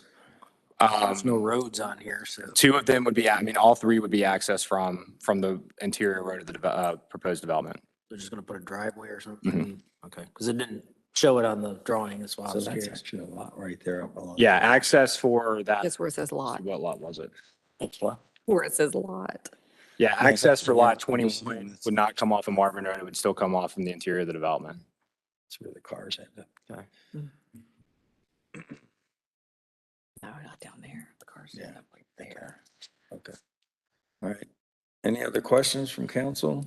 I was gonna say, and I was gonna turn it over to the applicant. They're online. They were not able to be here. If they want to add anything, if it's okay with you guys to let them present. I know they included in your packet or in your packets a presentation that kind of went over a few additional information I didn't really hit on. But at this time, Brandon, if you want to unmute, it's all you. Hello, everybody. Can everyone hear me? Yes, sir. Yes. Perfect. Good evening, everybody. My name is Brandon Maxwell. I'm with Exponential Development. We are the applicant and the landowner now as of December. I also have Kyle Crow, just in case there's any technical questions. He's my civil engineer. He's on the line here as well. But Hunter really hit all of the talking points that I had here tonight. Really, the only additional things that I could add here is just our plan for as far as exterior materials and building construction, et cetera. So each home, we're essentially going to go for a price point of a minimum of 850,000, no less than 3,500 square feet with a 4 to 6 bedroom minimum. We plan to put a lot of covenants regarding aesthetics in the HOA documents that we will put together as well. And we're very excited to donate the land for the future roundabout on the intersection and work with the village on this community. I appreciate everybody's time tonight. Thank you, Brandon. Questions from council? I heard you this time.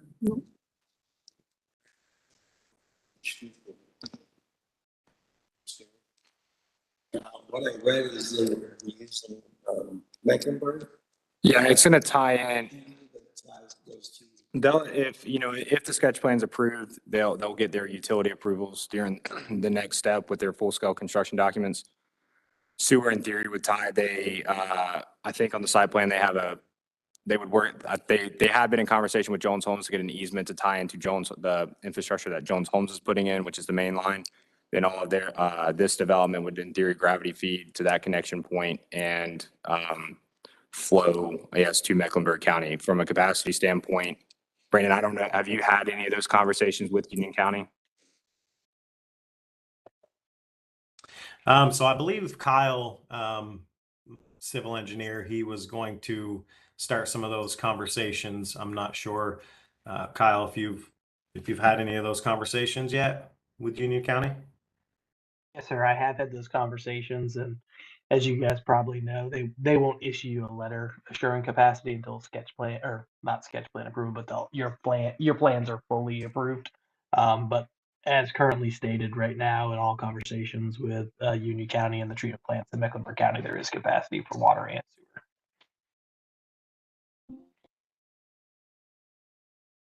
So no pushback from Union County.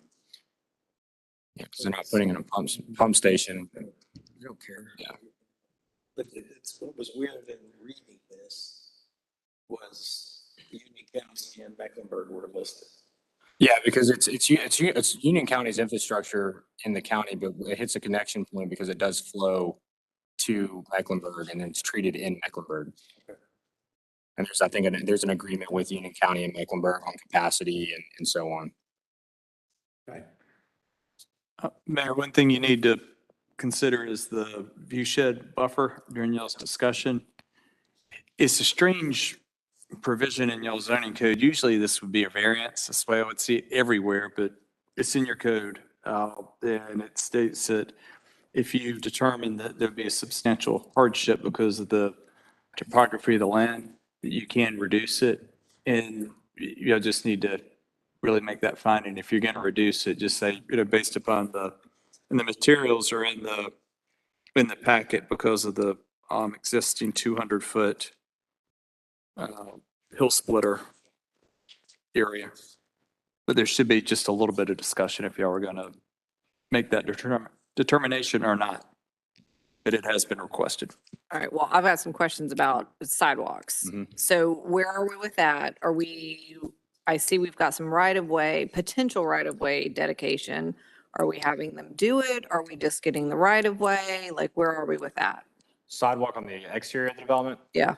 At this time, it is just being proposed that they dedicate the right of way and no initial improvements. Okay, I mean, at some point, were we not requiring neighborhoods, like when they were building, to either give us fee in lieu money or to do it themselves? I read that section of the ordinance. It's kind of confusing. Yes and no. Part of it here is that they would be dedicating the land for that as well as kind of the dedication of the right of way land, which that's in a way the fee and lieu, because the fee and lieu comes into place when they don't meet the minimum requirements for either common open space dedication or any type of other improvements. That's something I can kind of look into further, but I did look at it and I didn't really have a determination based off of that they needed to pay a fee in lieu with basically how the way it read because of the dedications that they're proposing. Well, I mean, I kind of think that's important because what I hate doing is going back after a neighborhood's been built and then trying to put something in. Like, if it's gonna be done, like, let's do it right the first time while they're building it. I mean, is that not something that we could request? Well, the argument for that is if you look at, getting the neighborhood where we put in a parking lot, or that was supposed to go in there. Once we started to put the parking lot in, we got all the complaints. Since it was halfway sold out and people knew it was gonna be there. Until more. But then if we were to go down the road, 6, 7 years down the road, and we're starting to put this, and we're getting pushback from the residents for whatever reason that we're putting in here. So if it's in there before, it's part of the reason we got to this point. And going back to the property way out on Bonds Grove Road, if you remember, that didn't even have curb cuts and, no sidewalks or anything we're doing. So we've been learning as we go, but also requiring certain things or fee in lieu or actual building of the sidewalks, I believe. Yeah, so for we were getting the sidewalk or trail or whatever, or free in lieu, depending on which they could do, because we took, Winmore gave us fee in lieu because they're on the opposite side of the road of where we want to run the Waxhaw Marvin Trail, but Broadmoor is actually putting it in. So far as I know, we were requiring that for all new subdivisions to put in our trail system along their. Yeah, that's what I'm saying. So our ordinance reads that sidewalks and or pedestrian crosswalks shall be required when the village council deems the street as a strategic pedestrian route to an existing or planned pedestrian destination such as school, park, recreation, cultural facility, greenway trail, or amenity. So they are tying into the Estates of Marvin Branch Trail, which I know there's been conversation to potentially get that all the way connected to Marvin Creek. But isn't that like through the, Marvin Loop. no, isn't the hooking up with, the branches like interior? Yes. Yeah, I don't necessarily, I mean, we talked about not even putting that in and just doing it on the exterior. Well, they're doing it, so they're doing the trail connection. The original proposal had kind of tying in with their proposed sidewalk in the interior of the development and then having a trail that comes out to Marvin Road. But basically their trail connection is still there to the estates and they would have a connection point to the exterior of the development. Basically, like I said, they're dedicating that easement. The easement itself would then be identified throughout the preliminary plat and the final plat and publicly dedicated to us for sidewalk, but for the improvements to be put in, I mean, that's a discussion that can still be had. Well, I would like for that to be had.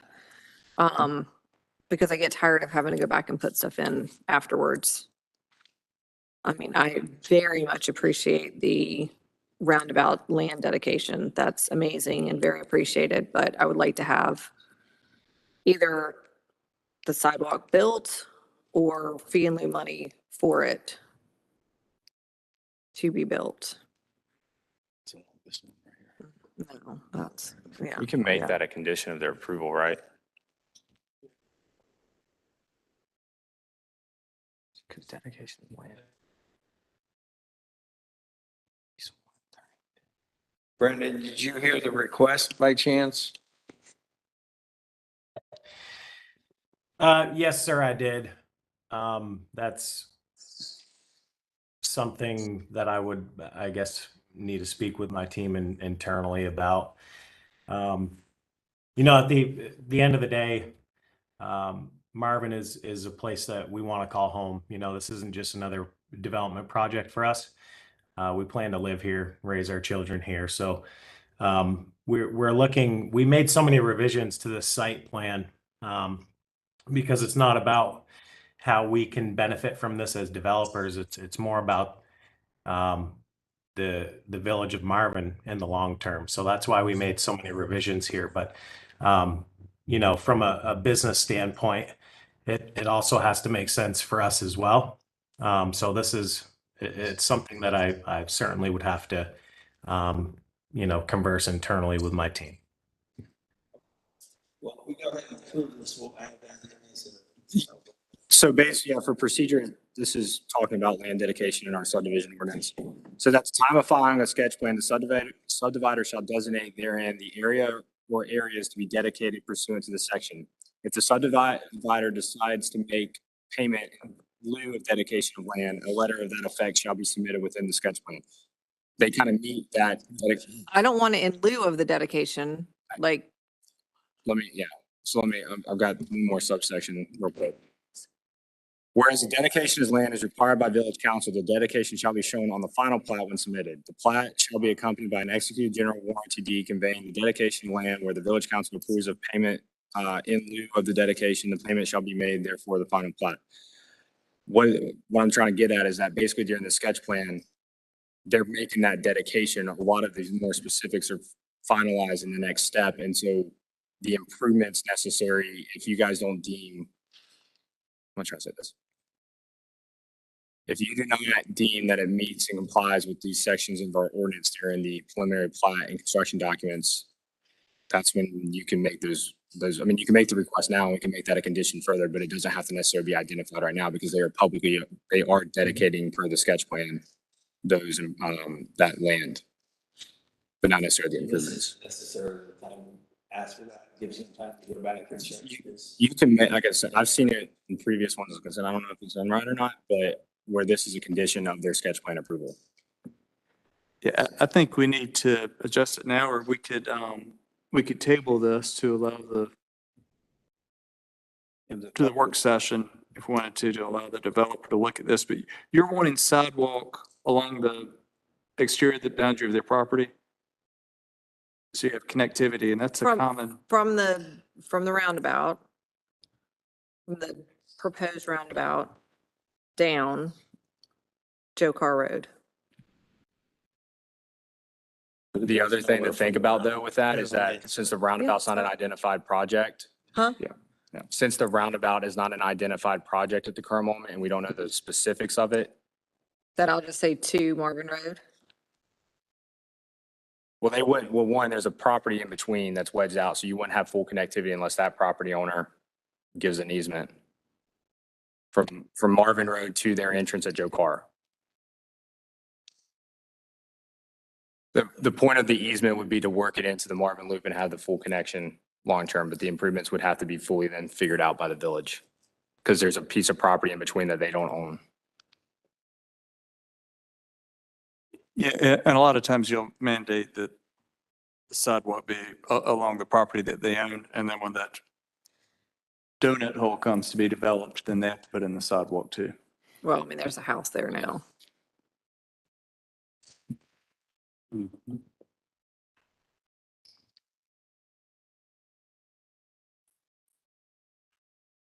God, that sucks to be that. So where are we at? You're saying To be him. in the preliminary would necessarily need this? I mean, he's saying that the right of way is gonna be dedicated, but it's gonna go nowhere. But is there?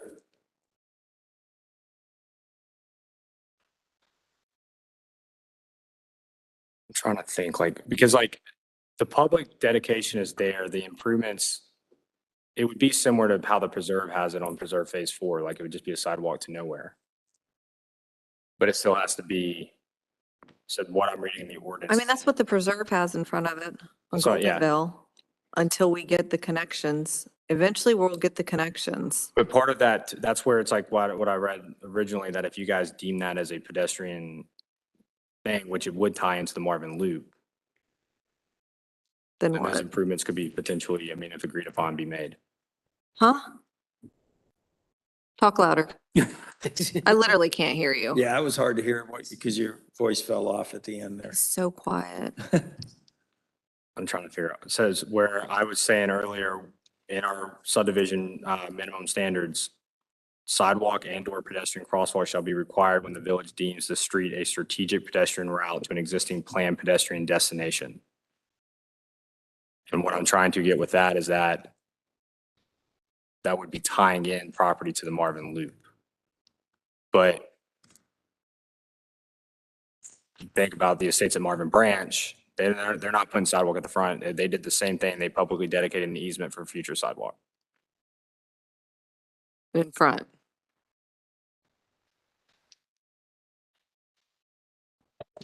If I may chime in, if that's okay. Yep. So I think just preliminarily speaking here, so that we can kind of move forward with the process, get plan approval on our sketch plan here. I would commit to the construction of the sidewalk on Joe Carr up to Marvin Road. However, you guys, want to word that as a condition. But of course, all of the specifics would we'd go through all the specifics during our construction docs phase.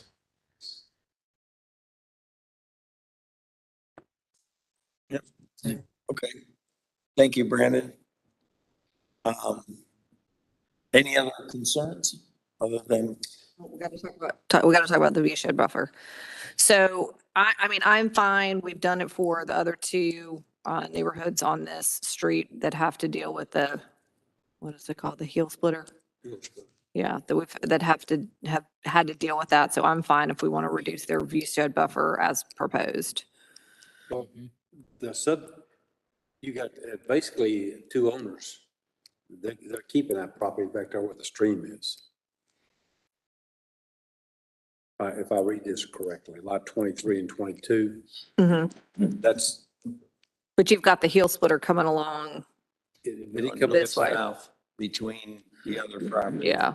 Yeah, the view sheds at the front, along Marvin Road and Joe Carr. So they're asking to basically reduce that. Reduce that because they've had to give up the backside. Yeah. Correct. Which I'm fine with. Yeah, no, I'm fine with that. Obviously setting precedent with the other properties, if you would. It was one first and then the other. Well, yeah.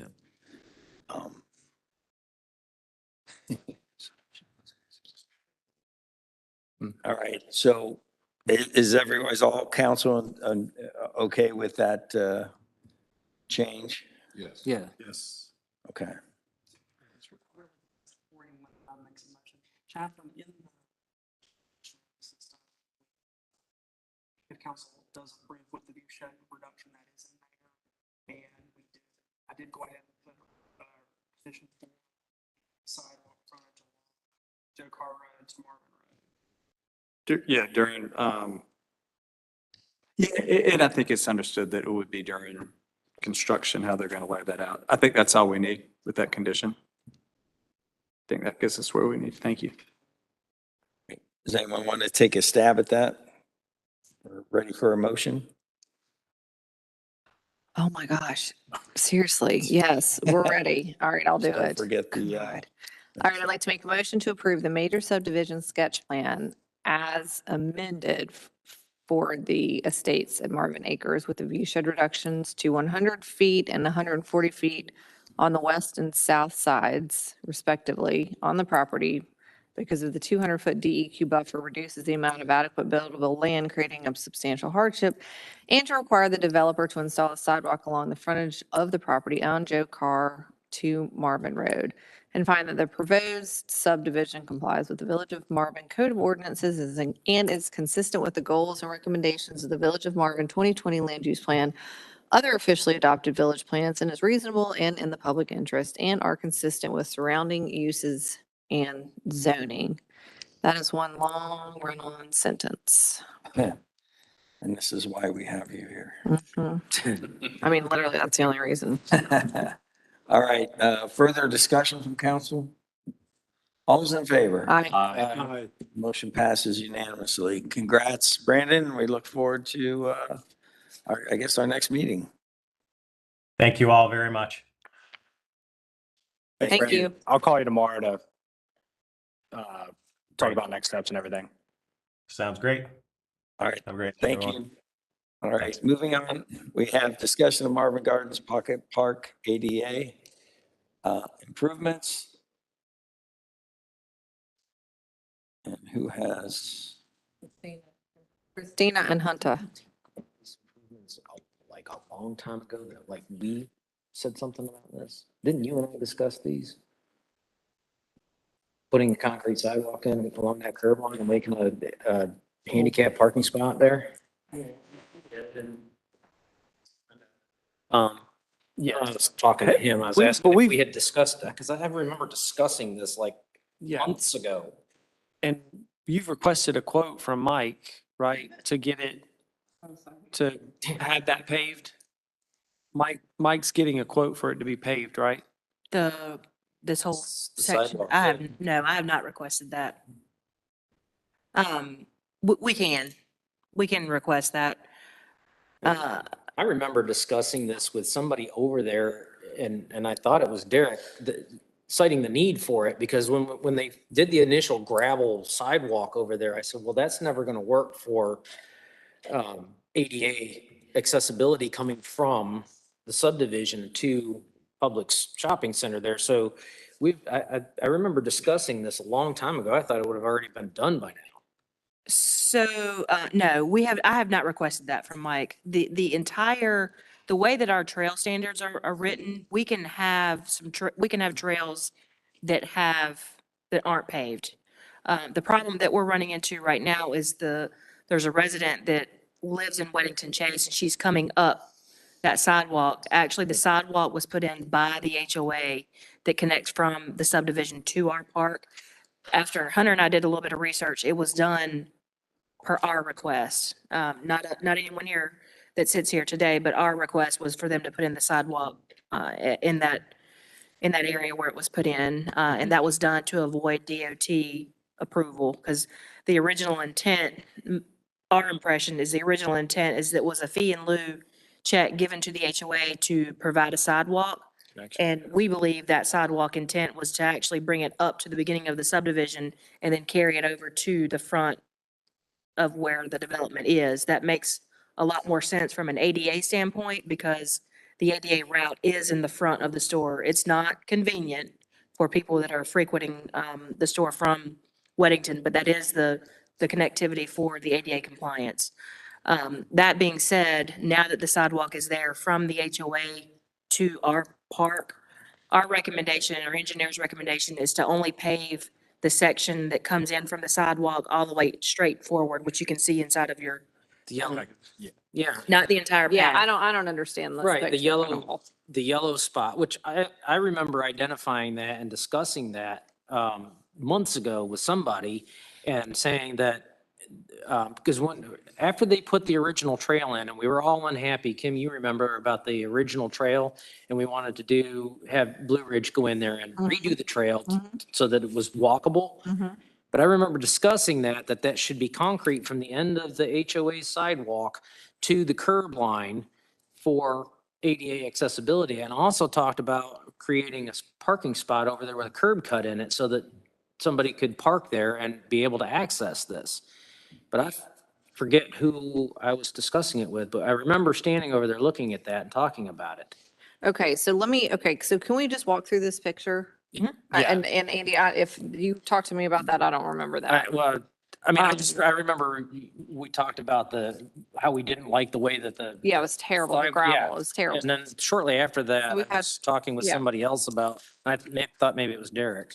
Okay, so I see the sidewalk from Woodmont and it goes through the trees, and then I see where the yellow line picks up. So what is there at the yellow line right now? Gravel. Did Blue Ridge not go out and change that, Derek? Crushed concrete, yes. So crushed concrete is ADA compliant. There's some stipulations of that, and I was gonna kind of give some background and kind of went into discussion. That is ADA compliant, but if it's more compacted and not as much loose debris, which would require more routine maintenance and to ensure that.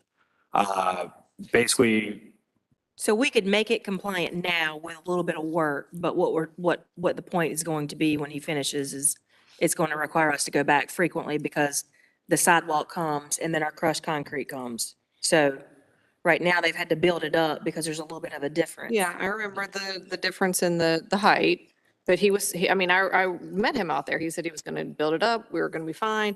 I mean, the whole reason that we did crushed concrete throughout our trail system was because it was ADA compliant, so that people could push things, ride things, whatever they're gonna do on it. So is it compliant or is it not compliant? And I'm looking at the yellow line from the sidewalk to the arrow that says location 3. Based off of when AMT went out there to do their analysis of it, they deemed that they did not think in their determination that it is currently ADA compliant in its current state. Their recommendation would, two of the recommendations they provided, as Christina mentioned, is that it would have to be manicured to be ADA compliant at first, and that would then be long-term maintenance to ensure the compliance is there, with making sure that the the gravel, all that stuff is either, always compacted down or whatever, manicured, however you want to say it. So their recommendation was potentially to pave that section from the Weddington Chase connector to the existing sidewalk in the development. Well, that makes total sense, and that was what I had identified months ago is concreting just along the curb line and down to the other existing sidewalk so that is a through sidewalk. Just making the connection. The rest of the trails throughout the park can be the crushed concrete and maintained as such, and knowing that that's not a thoroughfare form. So if we do that, I would just suggest that we put a strip in between the paved sidewalk and the curb cut, just because, if someone backs in there with a long bed pickup truck and a hitch, they can block that sidewalk. Well, right on there. So that, if we're gonna 6 feet wide though, isn't it? That sidewalk there? Didn't they make it like 6 feet wide? I don't think that's 6 4 feet. feet, I think. Is it 4 feet? It's extra wide. What Weddington Chase put in, it's extra wide. Oh, the Weddington Chase sidewalk? Yeah. Oh, I'm not. If you continue that same width down that curb line, it should be able to accommodate for any overhanging vehicles and such. I get what you're saying, but it was pretty wide. I want to say it was a 6 foot wide sidewalk. Sorry, I'm looking at it and I can't get the volume to go down, sorry. But, We have the same problems at the park in front of the barn. okay. Well, I would pave it versus putting a strip in there, and only because of maintenance issues. And the other thing is if you're coming over that curb, you're walking through whatever, trampling it, and then to the concrete sidewalk. Okay, So yeah, so just pave it just make extra it wide. wide enough that you can accommodate that. Okay. But, I mean, and if you only want to do it just in front of the parking lot and then narrow back down to 4 feet or whatever to save cost to get from there to the street, it would be what I would recommend, but that's just me. I mean, I'm not trying to be a jerk. I'm really not, I swear. But I don't understand why this isn't like, okay. We don't have any, The area of concern is that because Weddington Chase put the sidewalk where they did, it does become a primary access route that has to be ADA compliant. right. If we, now that park is it's in our name, we are liable, and Chapel wants to it could set us up for a lawsuit if somebody doesn't think it's ADA compliant, and we have an engineer also saying that basically it's not. I mean, like I said, the two options, if we get that up to ADA compliance in its current state, it's doable. Or pave it where long-term, it achieves ADA compliance, and long-term, it's less routine maintenance to ensure that compliance overall. Yeah, I What's think this the deal problem with- is the engineer went out there and looked at it and made the determination. Which engineer? Our engineer. Which one? Not Mike Walden. It was Philip and, Michael Lopez from AMT. So what's this deal with this location 5? Is that like another option? No, that's where they originally thought it No, was gonna yeah, go. so if I can kind of go through No, the no. attachments in your packets, but No, just let us walk through this. Okay. Okay, number 3 at the end, what is that? That's where we need the what? number 3 is basically where basically it would go, one of the recommendations was to have it pay from location 6 to location 3 and tie into the interior sidewalk already installed for Marvin Gardens from Harris Development. Okay, so what is the arrow for location number 2 asking for? Location 2 is something that I will be meeting with Harris Development Group on Thursday. Basically, as you can see in that overview, is there's a ADA accessible ramp with the truncated domes on our park side. There's a crosswalk, and it just goes straight to curb. There is no connection. Okay, so not our responsibility. No, Okay. because the full ADA accessible route would be to go, in theory, at the current moment, with them to be turned left to go back towards Providence, go up, and then come into the middle, because although that is the full side of the Okay, ADA. so let's say that this let's say we fix all of her concerns, but we don't fix number 2 because it's not on our property. She can't get mad at us. She can go back to them and say, hey, she can fuss at them for that. Correct. Okay. So location number 7 to number 4, everybody's fine with it being the compacted crushed gravel, concrete, whatever? Yeah, because that would take liability off, because once again, that's not the main access. There's sidewalk already from Providence, so So at number 3, going over the crosswalk, is there a ramp down? yes. Okay, so basically you guys want us to pave 3 to 6 and then put in a handicapped spot and a ramp? Yeah, so the 3 recommendations provided by AMT were to locate from location 6 to 3 ADA compliant in some sort. Their recommendation was to pave it. And also, since it's now, once again, the original proposal, the park was being dedicated to us, but their parking and all that stuff was compliant to an extent. Now that it's in ours, we need to have an identified handicap spot. Ours? Yes, that whole parcel's ours.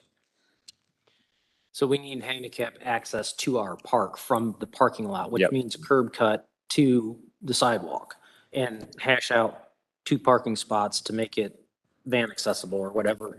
So that if a handicapped person wants to go and use our park, they can access it from the parking. But apparently they can only go down the front sidewalk then, because the rest of it isn't compliant. So are we going to start getting complaints about that? They can go on the crushed as long as it's not a main thoroughfare. They can access it.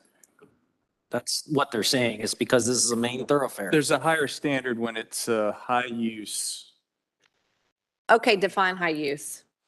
used by the general public. For main access, it's For primary access.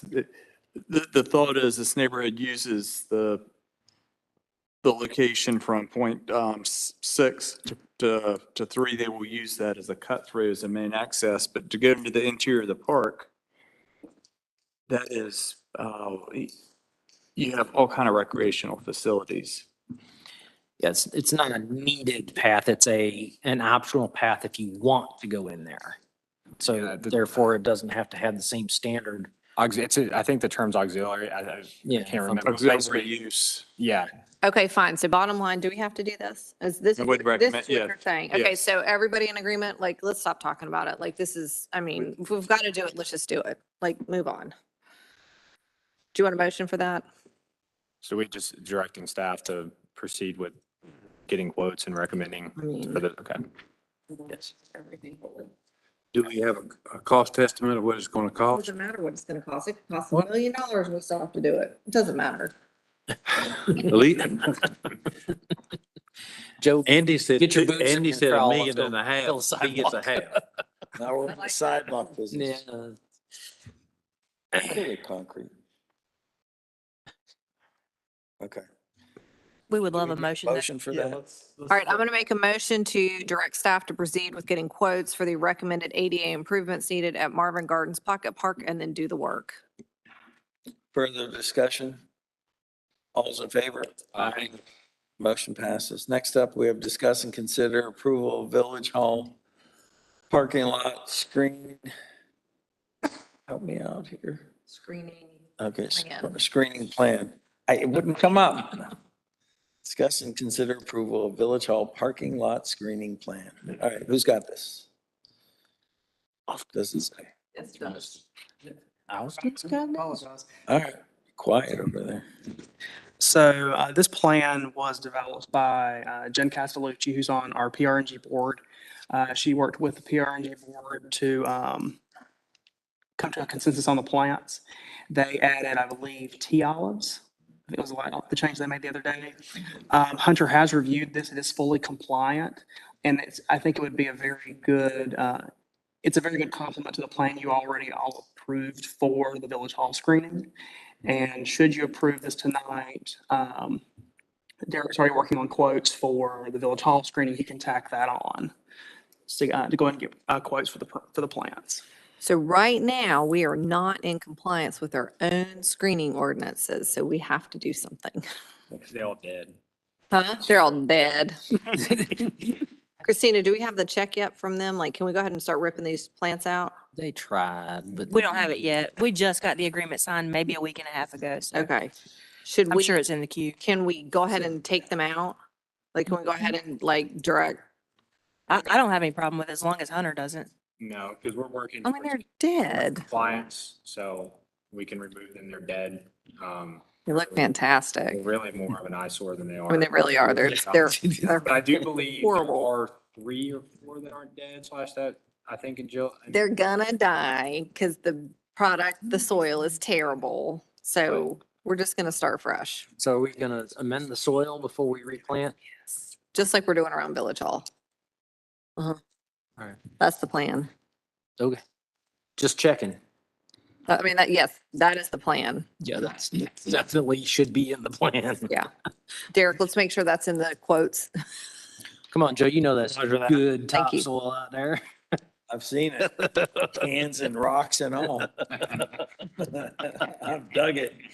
Hit it with a spade and it bounces up and hits you in the I head. believe the builder looked at us with a straight face and said, that's good soil. Yep. Yeah, he did. He Multiple sure did. times. All right, we good with this? I have no problem. No. Okay. So I'm not. I'm gonna make a motion to approve the Village Hall parking lot screening plan as presented and direct Derek to start getting quotes that include switching out all the nasty soil with good soil. Further discussion. All's in favor? Aye. Motion passes. Thank you. Discussion, next up, number 4, discussion of open forum, town hall format and agenda. I think it should be open, like an open forum, like really no agenda. We wanted to confirm that with you all, just to make sure that we're on the same page. So I know y'all previously discussed this essentially being a larger coffee with council where it's available. People can come in and ask all the questions they want to ask. We're obviously here to advise. But we just wanted to make sure that you didn't want anything of us as far as anything prepared. Nope. I want to sit here and be like, hit me with them. Go ahead. Let's go. Give me all the questions So, with all the peoples that are going to show up. well, and that's what I'm getting to right now, because what's our plan to get the communication out? Jill. Send it to everybody. Send it to all the people, Bill. She has a proven record of getting us lots of people. Basically, this is a coffee with council on steroids. With everybody. Yeah, with everybody. No. It's an announced council meeting, so obviously we don't need any sorts of potential quorum notices because there's a quorum. Like any other town hall meeting, we are publishing this online. It's going to get out there. We're going to do we're going to do email notifications. It's already been in our first newsletter. It'll be in the next one, and we can do some additional emails as well, just to really get it out. We get a banner. We haven't done banners for other ones, So but we can. Banner. to put out front. Come on, come on. I would rather, Banners have been successful for drawing people in, so. Holiday this time. I did. Thank you very much. Or any holiday. I would also recommend. Yeah. I would also recommend not putting it in a crashable location. I'm sorry, what? Not putting it into a crashable location, but All right, you good? Put on a roof for I'm that. fine with that. Yeah, Okay. I just, That's fine. all right. Any other questions? I'm in favor of open forum as well. Like open, It's open. like a forum. Next up, discussion of village council retreat agenda. So this was updated today, by the way. It's been updated in your packets. Oh, I see that. So this, first thing I saw was Oh, wait, do we have day 2? and day Mhm. 1? No, we don't. No, it says will be split between Thursday and. So we're gonna take it all the way up to 5 PM, Yeah. from 10 to 5, and then whatever's left over. Yep. 9 to noon. Okay. Right.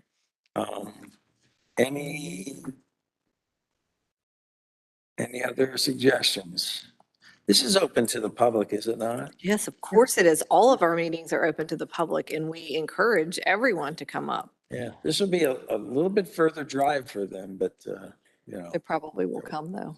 Can we invite people that live up there? Sure. Right, won't And I care. will We can't even say, get people in just for Marbury to the come to our record, meetings. In the almost 10 years I've been here, because they stopped going off-site. They used to go off-site all the time. And we're looking forward to this. This will be good for all of us, I think. Any other questions? I would just ask if, do you all have anything else that you want us to talk about? Because we've been pretty all encompassing. I added a whole bunch of stuff. I can add, okay. Yeah, I added what you wanted on. What's that? What you had talked to me about before I added on. Yeah. I had basically what I might have mentioned it to a few of you, but basically talking about council compensation. Not specifically per se what we are compensated, but the way in which the manner in which we are, because right now, with the fact that we're being paid per meeting, per stipend, per meeting, it's getting very taxing for staff. And I can ask Christina maybe to explain it more, but it's very difficult. You know, sometimes there's more meetings in a month and less meetings in a month. Like, for example, the town hall, are we going to be compensated for that? And if we agree we are, it becomes very complicated for the staff. There's a lot of meetings that you do not get compensated for. Now, I remember my first term, my first few months, yeah, wishful thinking. In my first few months, and we were dealing with how this was going to be, we understood the reason why and the precedent. But I think we're past that. And I mean, it was more like, why not just have a monthly stipend, period? And whatever that is, it could be more than what we're getting paid now, knowing we're going to be investing whatever time we need to invest. But it came down to not attending. What happens if we we do not attend X amount of meetings in a row? I don't know why we made that difficult. I understood the reason why, but it was like, I don't understand. If we attend 3 meetings or don't attend 3 meetings with no communication, I don't know why that's a conversation. We should make a judgment on how to deal with that. So I don't know if we should talk it's about. on the agenda. What's that? It's on the agenda. We're going to talk about it. Wait a minute. It's on the agenda. It's on the retreat. Where did I agenda. miss it? It's number 14, letter I, number 1. That's what Christina just said. She said she put it on the agenda. Sorry, I went through that, folks. I didn't realize that I looked at it. Okay. I was like, what's happening here? Yeah, it's on there. You did an excellent job. Thank you. Go ahead and add that to the agenda. Yeah, thank you. We can definitely prepare something on that. That'll be between me and Jill.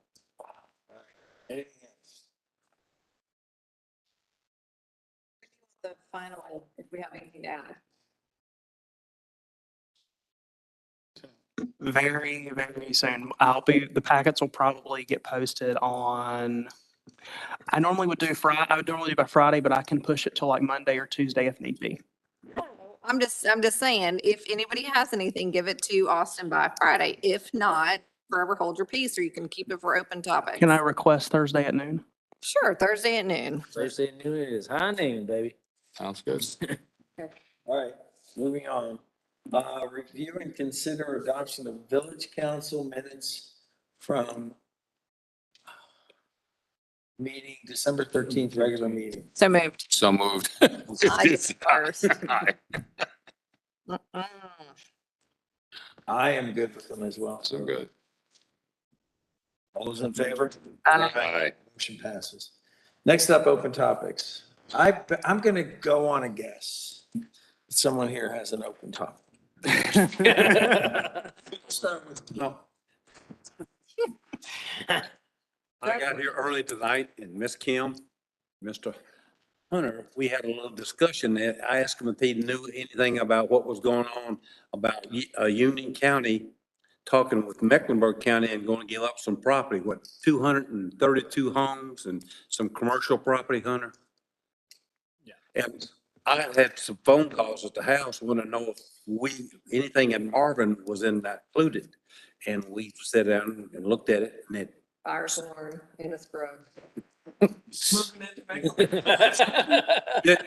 I don't guess. Jokes, I'm all the only jokes. one that got phone calls. Yes. Yes. Yes. You're the only one close enough to the line to matter. But anyway. Thinking of moving? The only phone call I get is who's I was running through told, my one backyard. person told me if they would move to Mecklenburg County, they'd sell the next week when it was told. It's installing. Yeah, basically from what I gather is It's that installings. there's a municipal county line dispute that goes back to the 1990s between Mecklenburg and Union County. I don't think that encompasses anywhere in Marvin because we have a predefined boundary of the Marvin branch. But I looked at Stallings and I can see where this is, but it's basically that Union County and Mecklenburg County are having this dispute. But to our knowledge, it doesn't apply to us and Who's getting moved? but they're currently Mecklenburg would be in Stallings in We'll Mecklenburg probably County. hear more about it at the Yuma. Yeah. Yeah.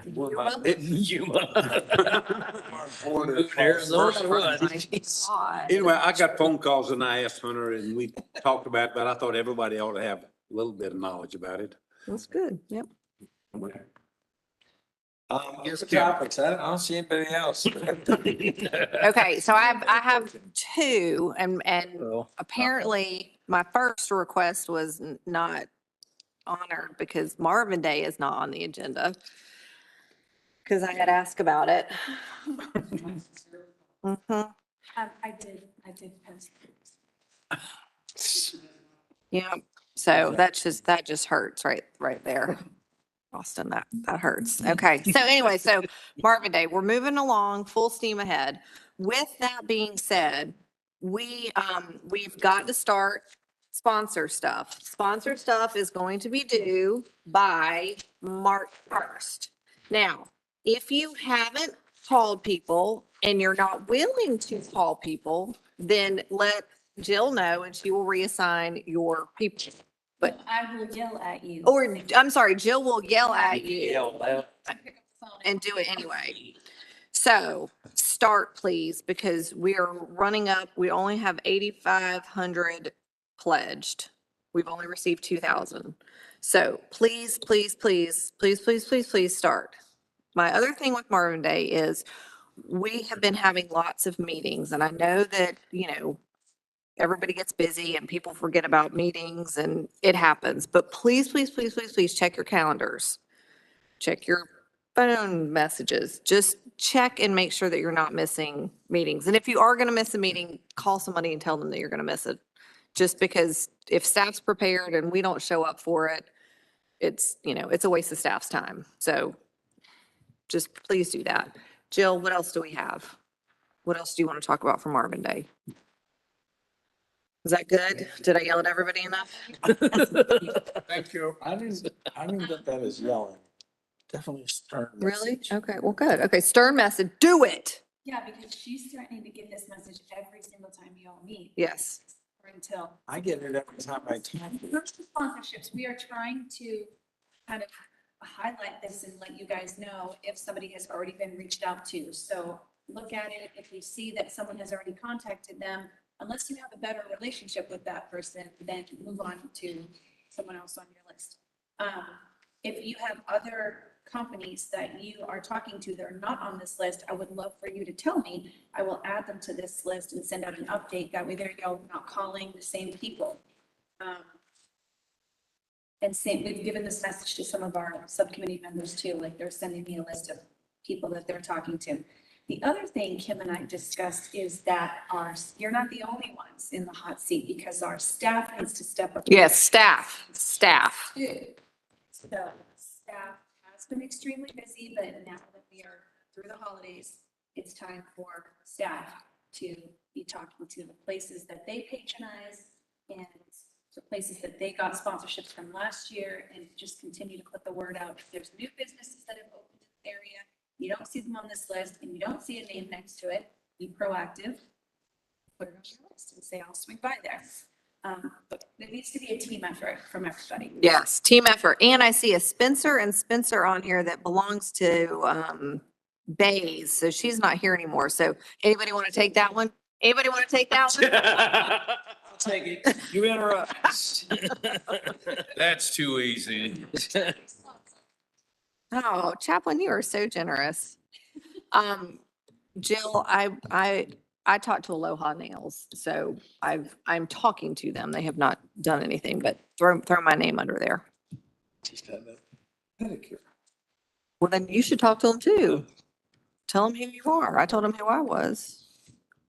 Okay. So anything else, Jill? Just have a sidebar conversation. Not meant for everybody. Southern Spirits. He won't do it. We've asked him. Bill, Bob Nunnekamp asked him. But you know. So it. October, what is your date? November, March 1st. March. 1st. He said October. March 1st. March 1st. Y'all got that? March 1st. Here, Jill. Any other topics? Hold on, I have one more, but anything else for Marvin Day? Wayne, stop your sidebar conversations. Do we have any more Marvin Day stuff? My This is what God. we're talking about. Well, then talk to everybody about it. I've talked to Blake, Okay. to some people there. They've got me to the management company. I did not send anything before the holidays because I did not think it would be a good time. Yeah. So I'm putting that together now. I'm going to try to sell them a platinum Perfect.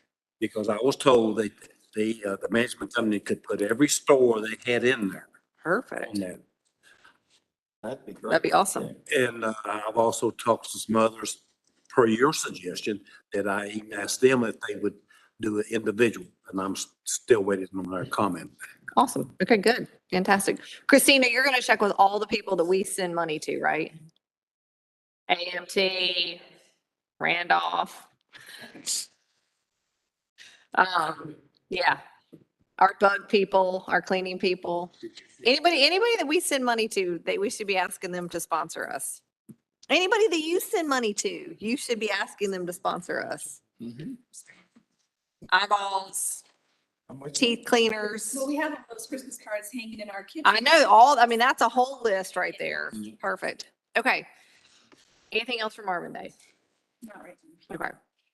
My other open topic is I'm very, very, very disappointed and upset with how the Union County School Board has handled the 23-24 school calendar. And I just saw that they're being sued by a group of parents and at least one summer camp. They put out a survey to parents of which calendar they would like. There were two options. Then, so parents voted on those two options. Very typical to what the normal school year would look like. Then on a Monday, they put out information that they were going to start school 2.5 weeks early and end it 2.5 weeks early, and decided to have a special meeting the next morning at 10 o'clock with barely any notice to parents. There were no public comments. And I am listen, if they want to change it, I understand that, but people make plans from summer to summer to summer. And for them to not give the parents a heads up is very disappointing. And I am super disappointed in the Union County School Board. And as soon as I see one of them or all of them, I will be happy to tell them that.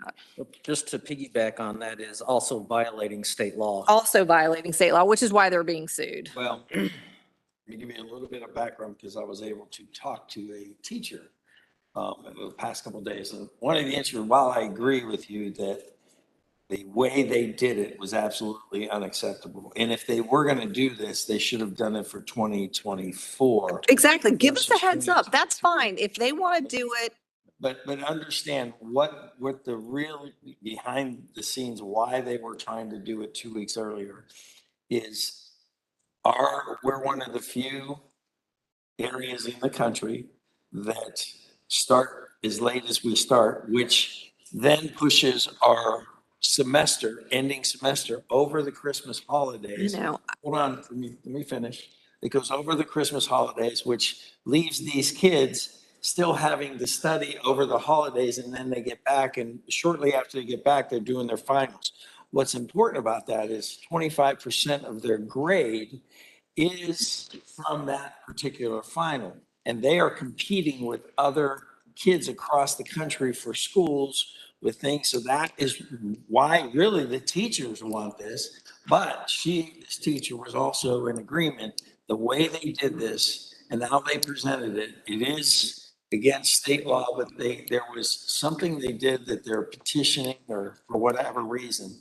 So whatever happens, I'm not sure, but that's kind of the thinking behind it, which at the end of the day, you give me enough time, I can make those changes. Some of us have made plans a year ahead of time. I've already paid for things. Flights are already paid for.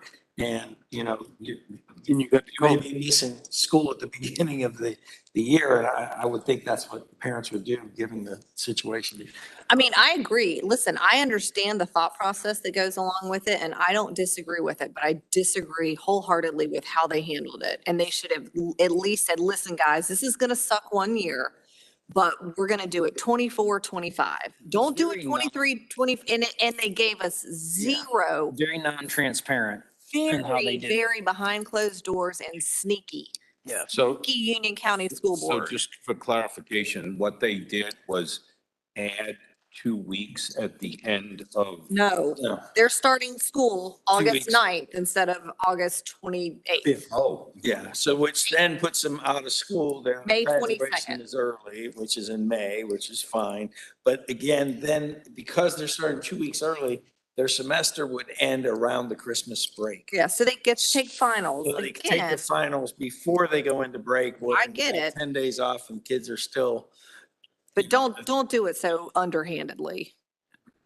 I mean, you would have got a lot of support, I think, if you pitched it that way and to the parents and say, hey. 24, 25, 24, 25, and absolutely. how they're doing it, why, and more Sure. importantly, why they're doing it. Absolutely. Because But they it were does cut sneaky quite a and bit into it. underhanded So about it. evidently there are like 3 or 4 other districts in the state who have adopted this schedule. I doubt that they've done it the same way Union County did it, but they have adopted the schedule and they are violating the state law. Mhm. The deal is with the state law, from what I read, is that they don't have any teeth in the penalties for disobeying the state law. So counties are just doing what they want to do without any penalty, because they don't have any way to enforce it. So anyway, I'm just very disappointed. I'm 100% with you. Do you know why they made the law? Yes, it's for tourism. Well, it was also for football. They didn't want people to start, you cannot start practice before certain time. This, Or your. Yeah, but they had, I mean, they were doing people doing started last of voluntary July, right. July, yeah. Yeah. So anyway, that's my last open topic. Okay. Thank you. The only open topic I had a request. If you guys got an email from me last night, the request was, we were to text as many people because there is a fundraiser for Marvin Ridge Band, which a lot of our kids go to, and they are not supported by the big football programs that we have there and all the other things. So that's their one big fundraiser a year, and they did ask if they could put out for one day signs at a roundabout. So I thought I'd put it out to you guys, but I know we have an ordinance with signs, which may violate that, but it's basically directed into the high school. And if anyone needs, if you're not in the market for a bed, so be it. But if you are, come consider it's February 6th, I think. So, it's mattress sale for one day, and they were actually pretty effective. Schools can raise up to $30,000, believe it or not, doing these, And it's not like everyone thinks, oh, no one needs a bed and stuff, but if you put enough word out there, people going by, oh yeah, I need a bed, it's a way to support the local. So they asked me to do it. I said, couldn't make any promises, but I would present it, so. So do you have, Any opposition to putting a sign out at the roundabout? Derek, what's our sign ordinance? Are we okay to do that for a short amount of time? One day. I'm going to defer to the planner, but I don't think. Yes and no. No, any type of temporary event signs are permitted with no permit as long as, I think they are up. So 30 or 45 days before the event, and as long as they're taken down, That yeah. much time. Yeah. It'd be like- So, yeah, it'd no, be like a there civic is no group, problem right? doing that. Yeah. It's a nonprofit. It's a. Yes. It's a 501(c)(3), but then that leads to other 501(c)(3) to do it, but all I'm saying is it would be for This one is day. fine. Are you going around to all the hotels and asking them they need a replacement mattress? So it's gonna be sponsored from Marvin Day. Chaplain, is there You got any a choice. You can buy 100 mattresses or you. potential for setting a precedent Put one of for those inflatable things, not over the banner. organizations that we don't want to put a banner up for? I mean, there is precedent, but I think you look at this and say, well, we did this one and we didn't have if you start getting a lot of others, then you base it on that. But yeah, you've got to be careful with allowing a sign based on content. Yeah. And that's kind of where I shared with them, that it would be basically one day, we'd probably put it up Friday night and then, people, it's not going to be out there for a month and stuff. So. I'm not worried about the timing. I'm just worried about the precedent that, would be set if an organization walked in here and said, hey, can y'all put my sign up? And it's an organization that we don't want to put a sign up for. Right. Well, this is the Marvin High School, which most of our kids attend, but it's, yep. Just forget you said this, and I'll take it out there and set it out and the roundabout for you. And then I'll take care of his problem too. They didn't ask me. Mental forgiveness is what you're saying? Yeah. Don't ask for It's only gonna be up there one day. Well, I We mean, need I to- believe it or not, I have called individuals when I saw a sign and said, hey, come pick up your sign. And first of all, I didn't believe who I was. And I said, look, signs are expensive. I don't want you to waste your money. We're going to either come pick it up. So, I want to stay with what we are, but because this was school related to our community, which is the only high school. If you attend a high school, you're likely going to. I attended one at one time in my life. So I will leave it up to council. If you guys are okay with it, I'll have those out for 2 days. It's fine. All right. All right, moving on. What is next on our agenda? Review of action items. Austin. All right, so Hunter's going to bring back the Women's Center Amendment at the work session for further discussion. Christina is going to check with DOT about prohibiting a stop on Marvin School Road. Christina was going to work on a future hydraulic study. She's going to bring back the numbers of the work session for a renewal of the McConnell contract. Derek is going to get quotes for the Village Hall parking lot screening plan. Hunter and Christina are going to work on quotes for the ADA compliance. And you guys are going to send me any revisions to the retreat agenda by Thursday at noon. Next up. And all of also council has to work on and sponsorships. staff are gonna be all over the sponsorship list. I will ask for an update next Thursday at the retreat. There's a retreat. All right, moving on. Others, because I'm Carpooling. carpooling. Didn't I request to have this item changed to Kim's ongoing action item list? Yeah, it didn't get approved. I know. The review. Wow, mayor shut that one down. He did, didn't he? That It hurt. didn't get approved, sorry. No, That was effective. that was, oh, thank you. I'm all red and pink Yeah. now. She's gonna reopen the vote on He's my gonna thing. get that, I I'm am. gonna get the sample stick out again, Joe. Oh, yeah, my sample stick. Okay, you ready, Austin? Okay. Review of audit. Okay, do we definitely have, we don't know about the lighting agreement yet, because that hasn't been let. Well, the lighting Or agreement will come approved? after, but that I did follow up with, Union Power, I think, after our last meeting. There's basically, I think everything's ready to go as long, once, DOT approves the lighting plan. Okay. Still working on the geo bond stuff. You and I got a bunch of clarification from you that maybe we can go over at the retreat when we're talking about it. Okay. Roundabout crosswalks, we're still good there? Looking good? Yeah, I followed out there in the document, so it Okay. should be part of the project. All right. Voluntary annexation talks with chimneys. So I have it on my calendar to reach back out to them. I did that today.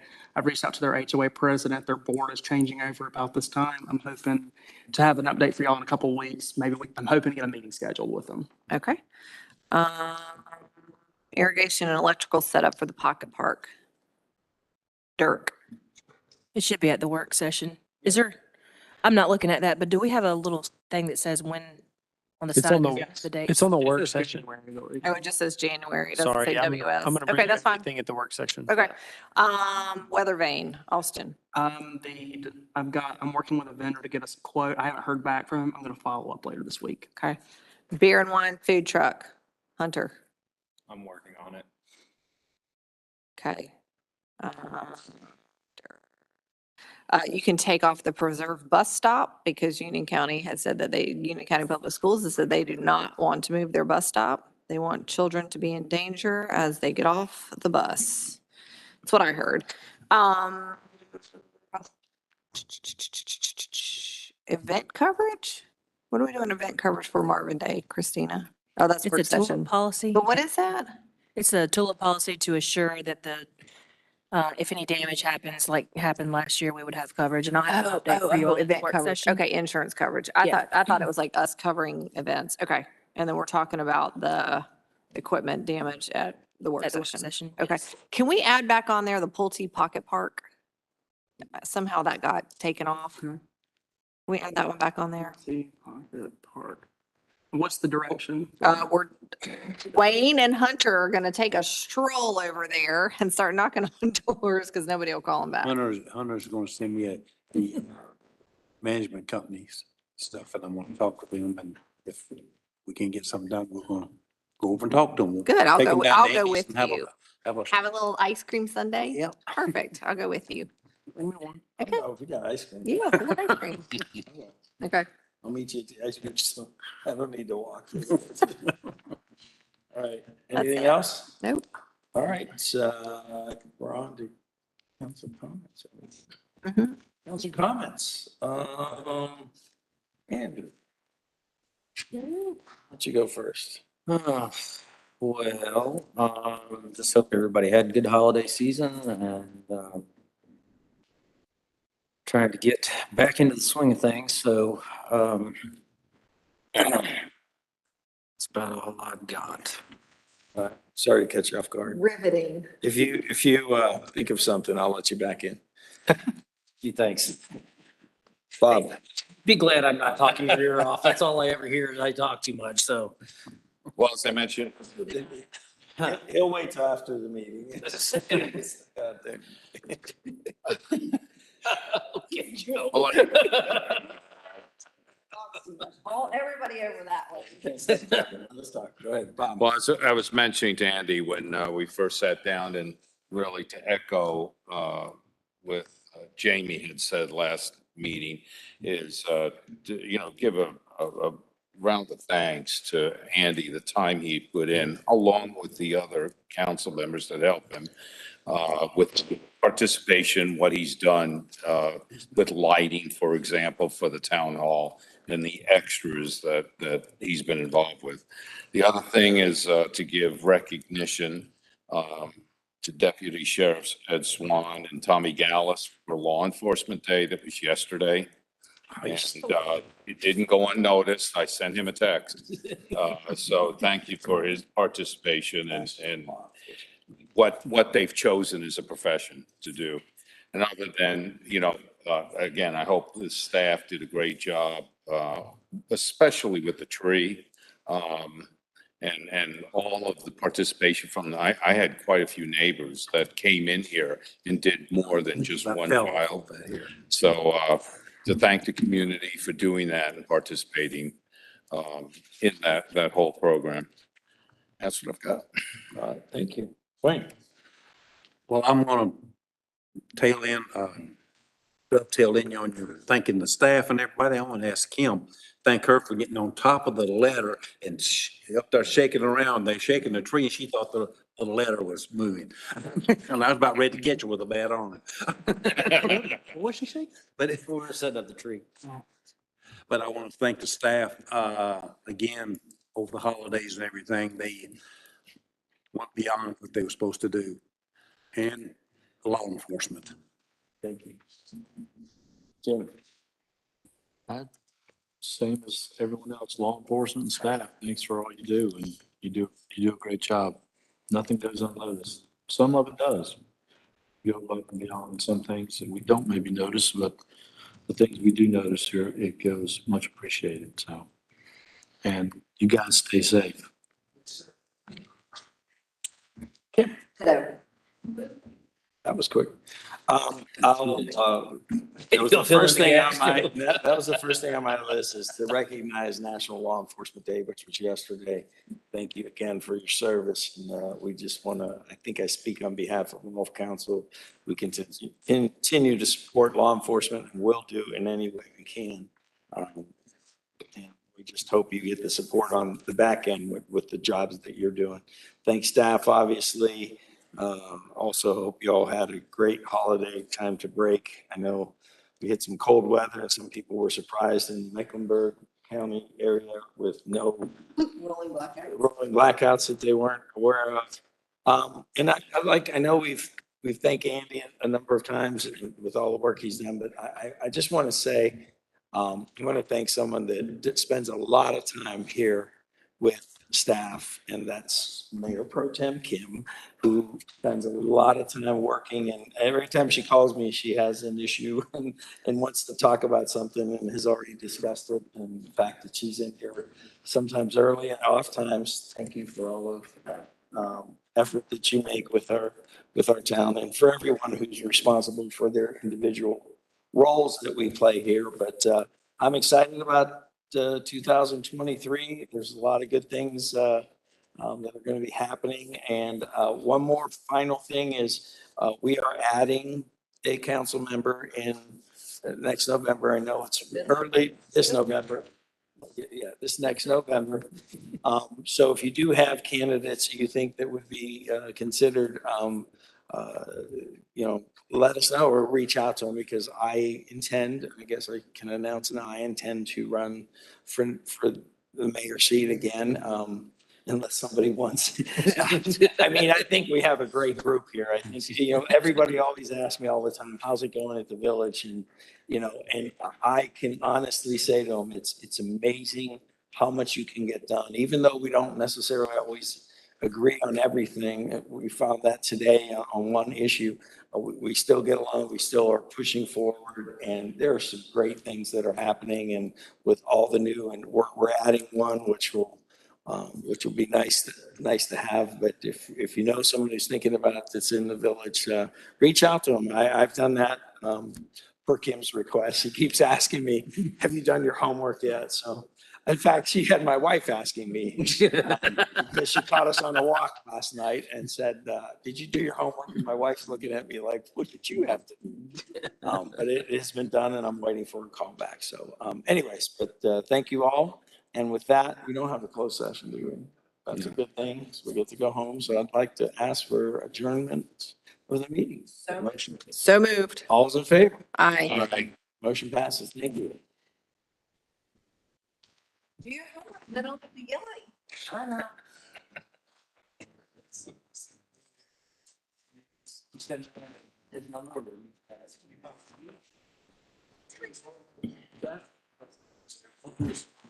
My kids actually picked up food for me because I told them I wasn't going to be making it.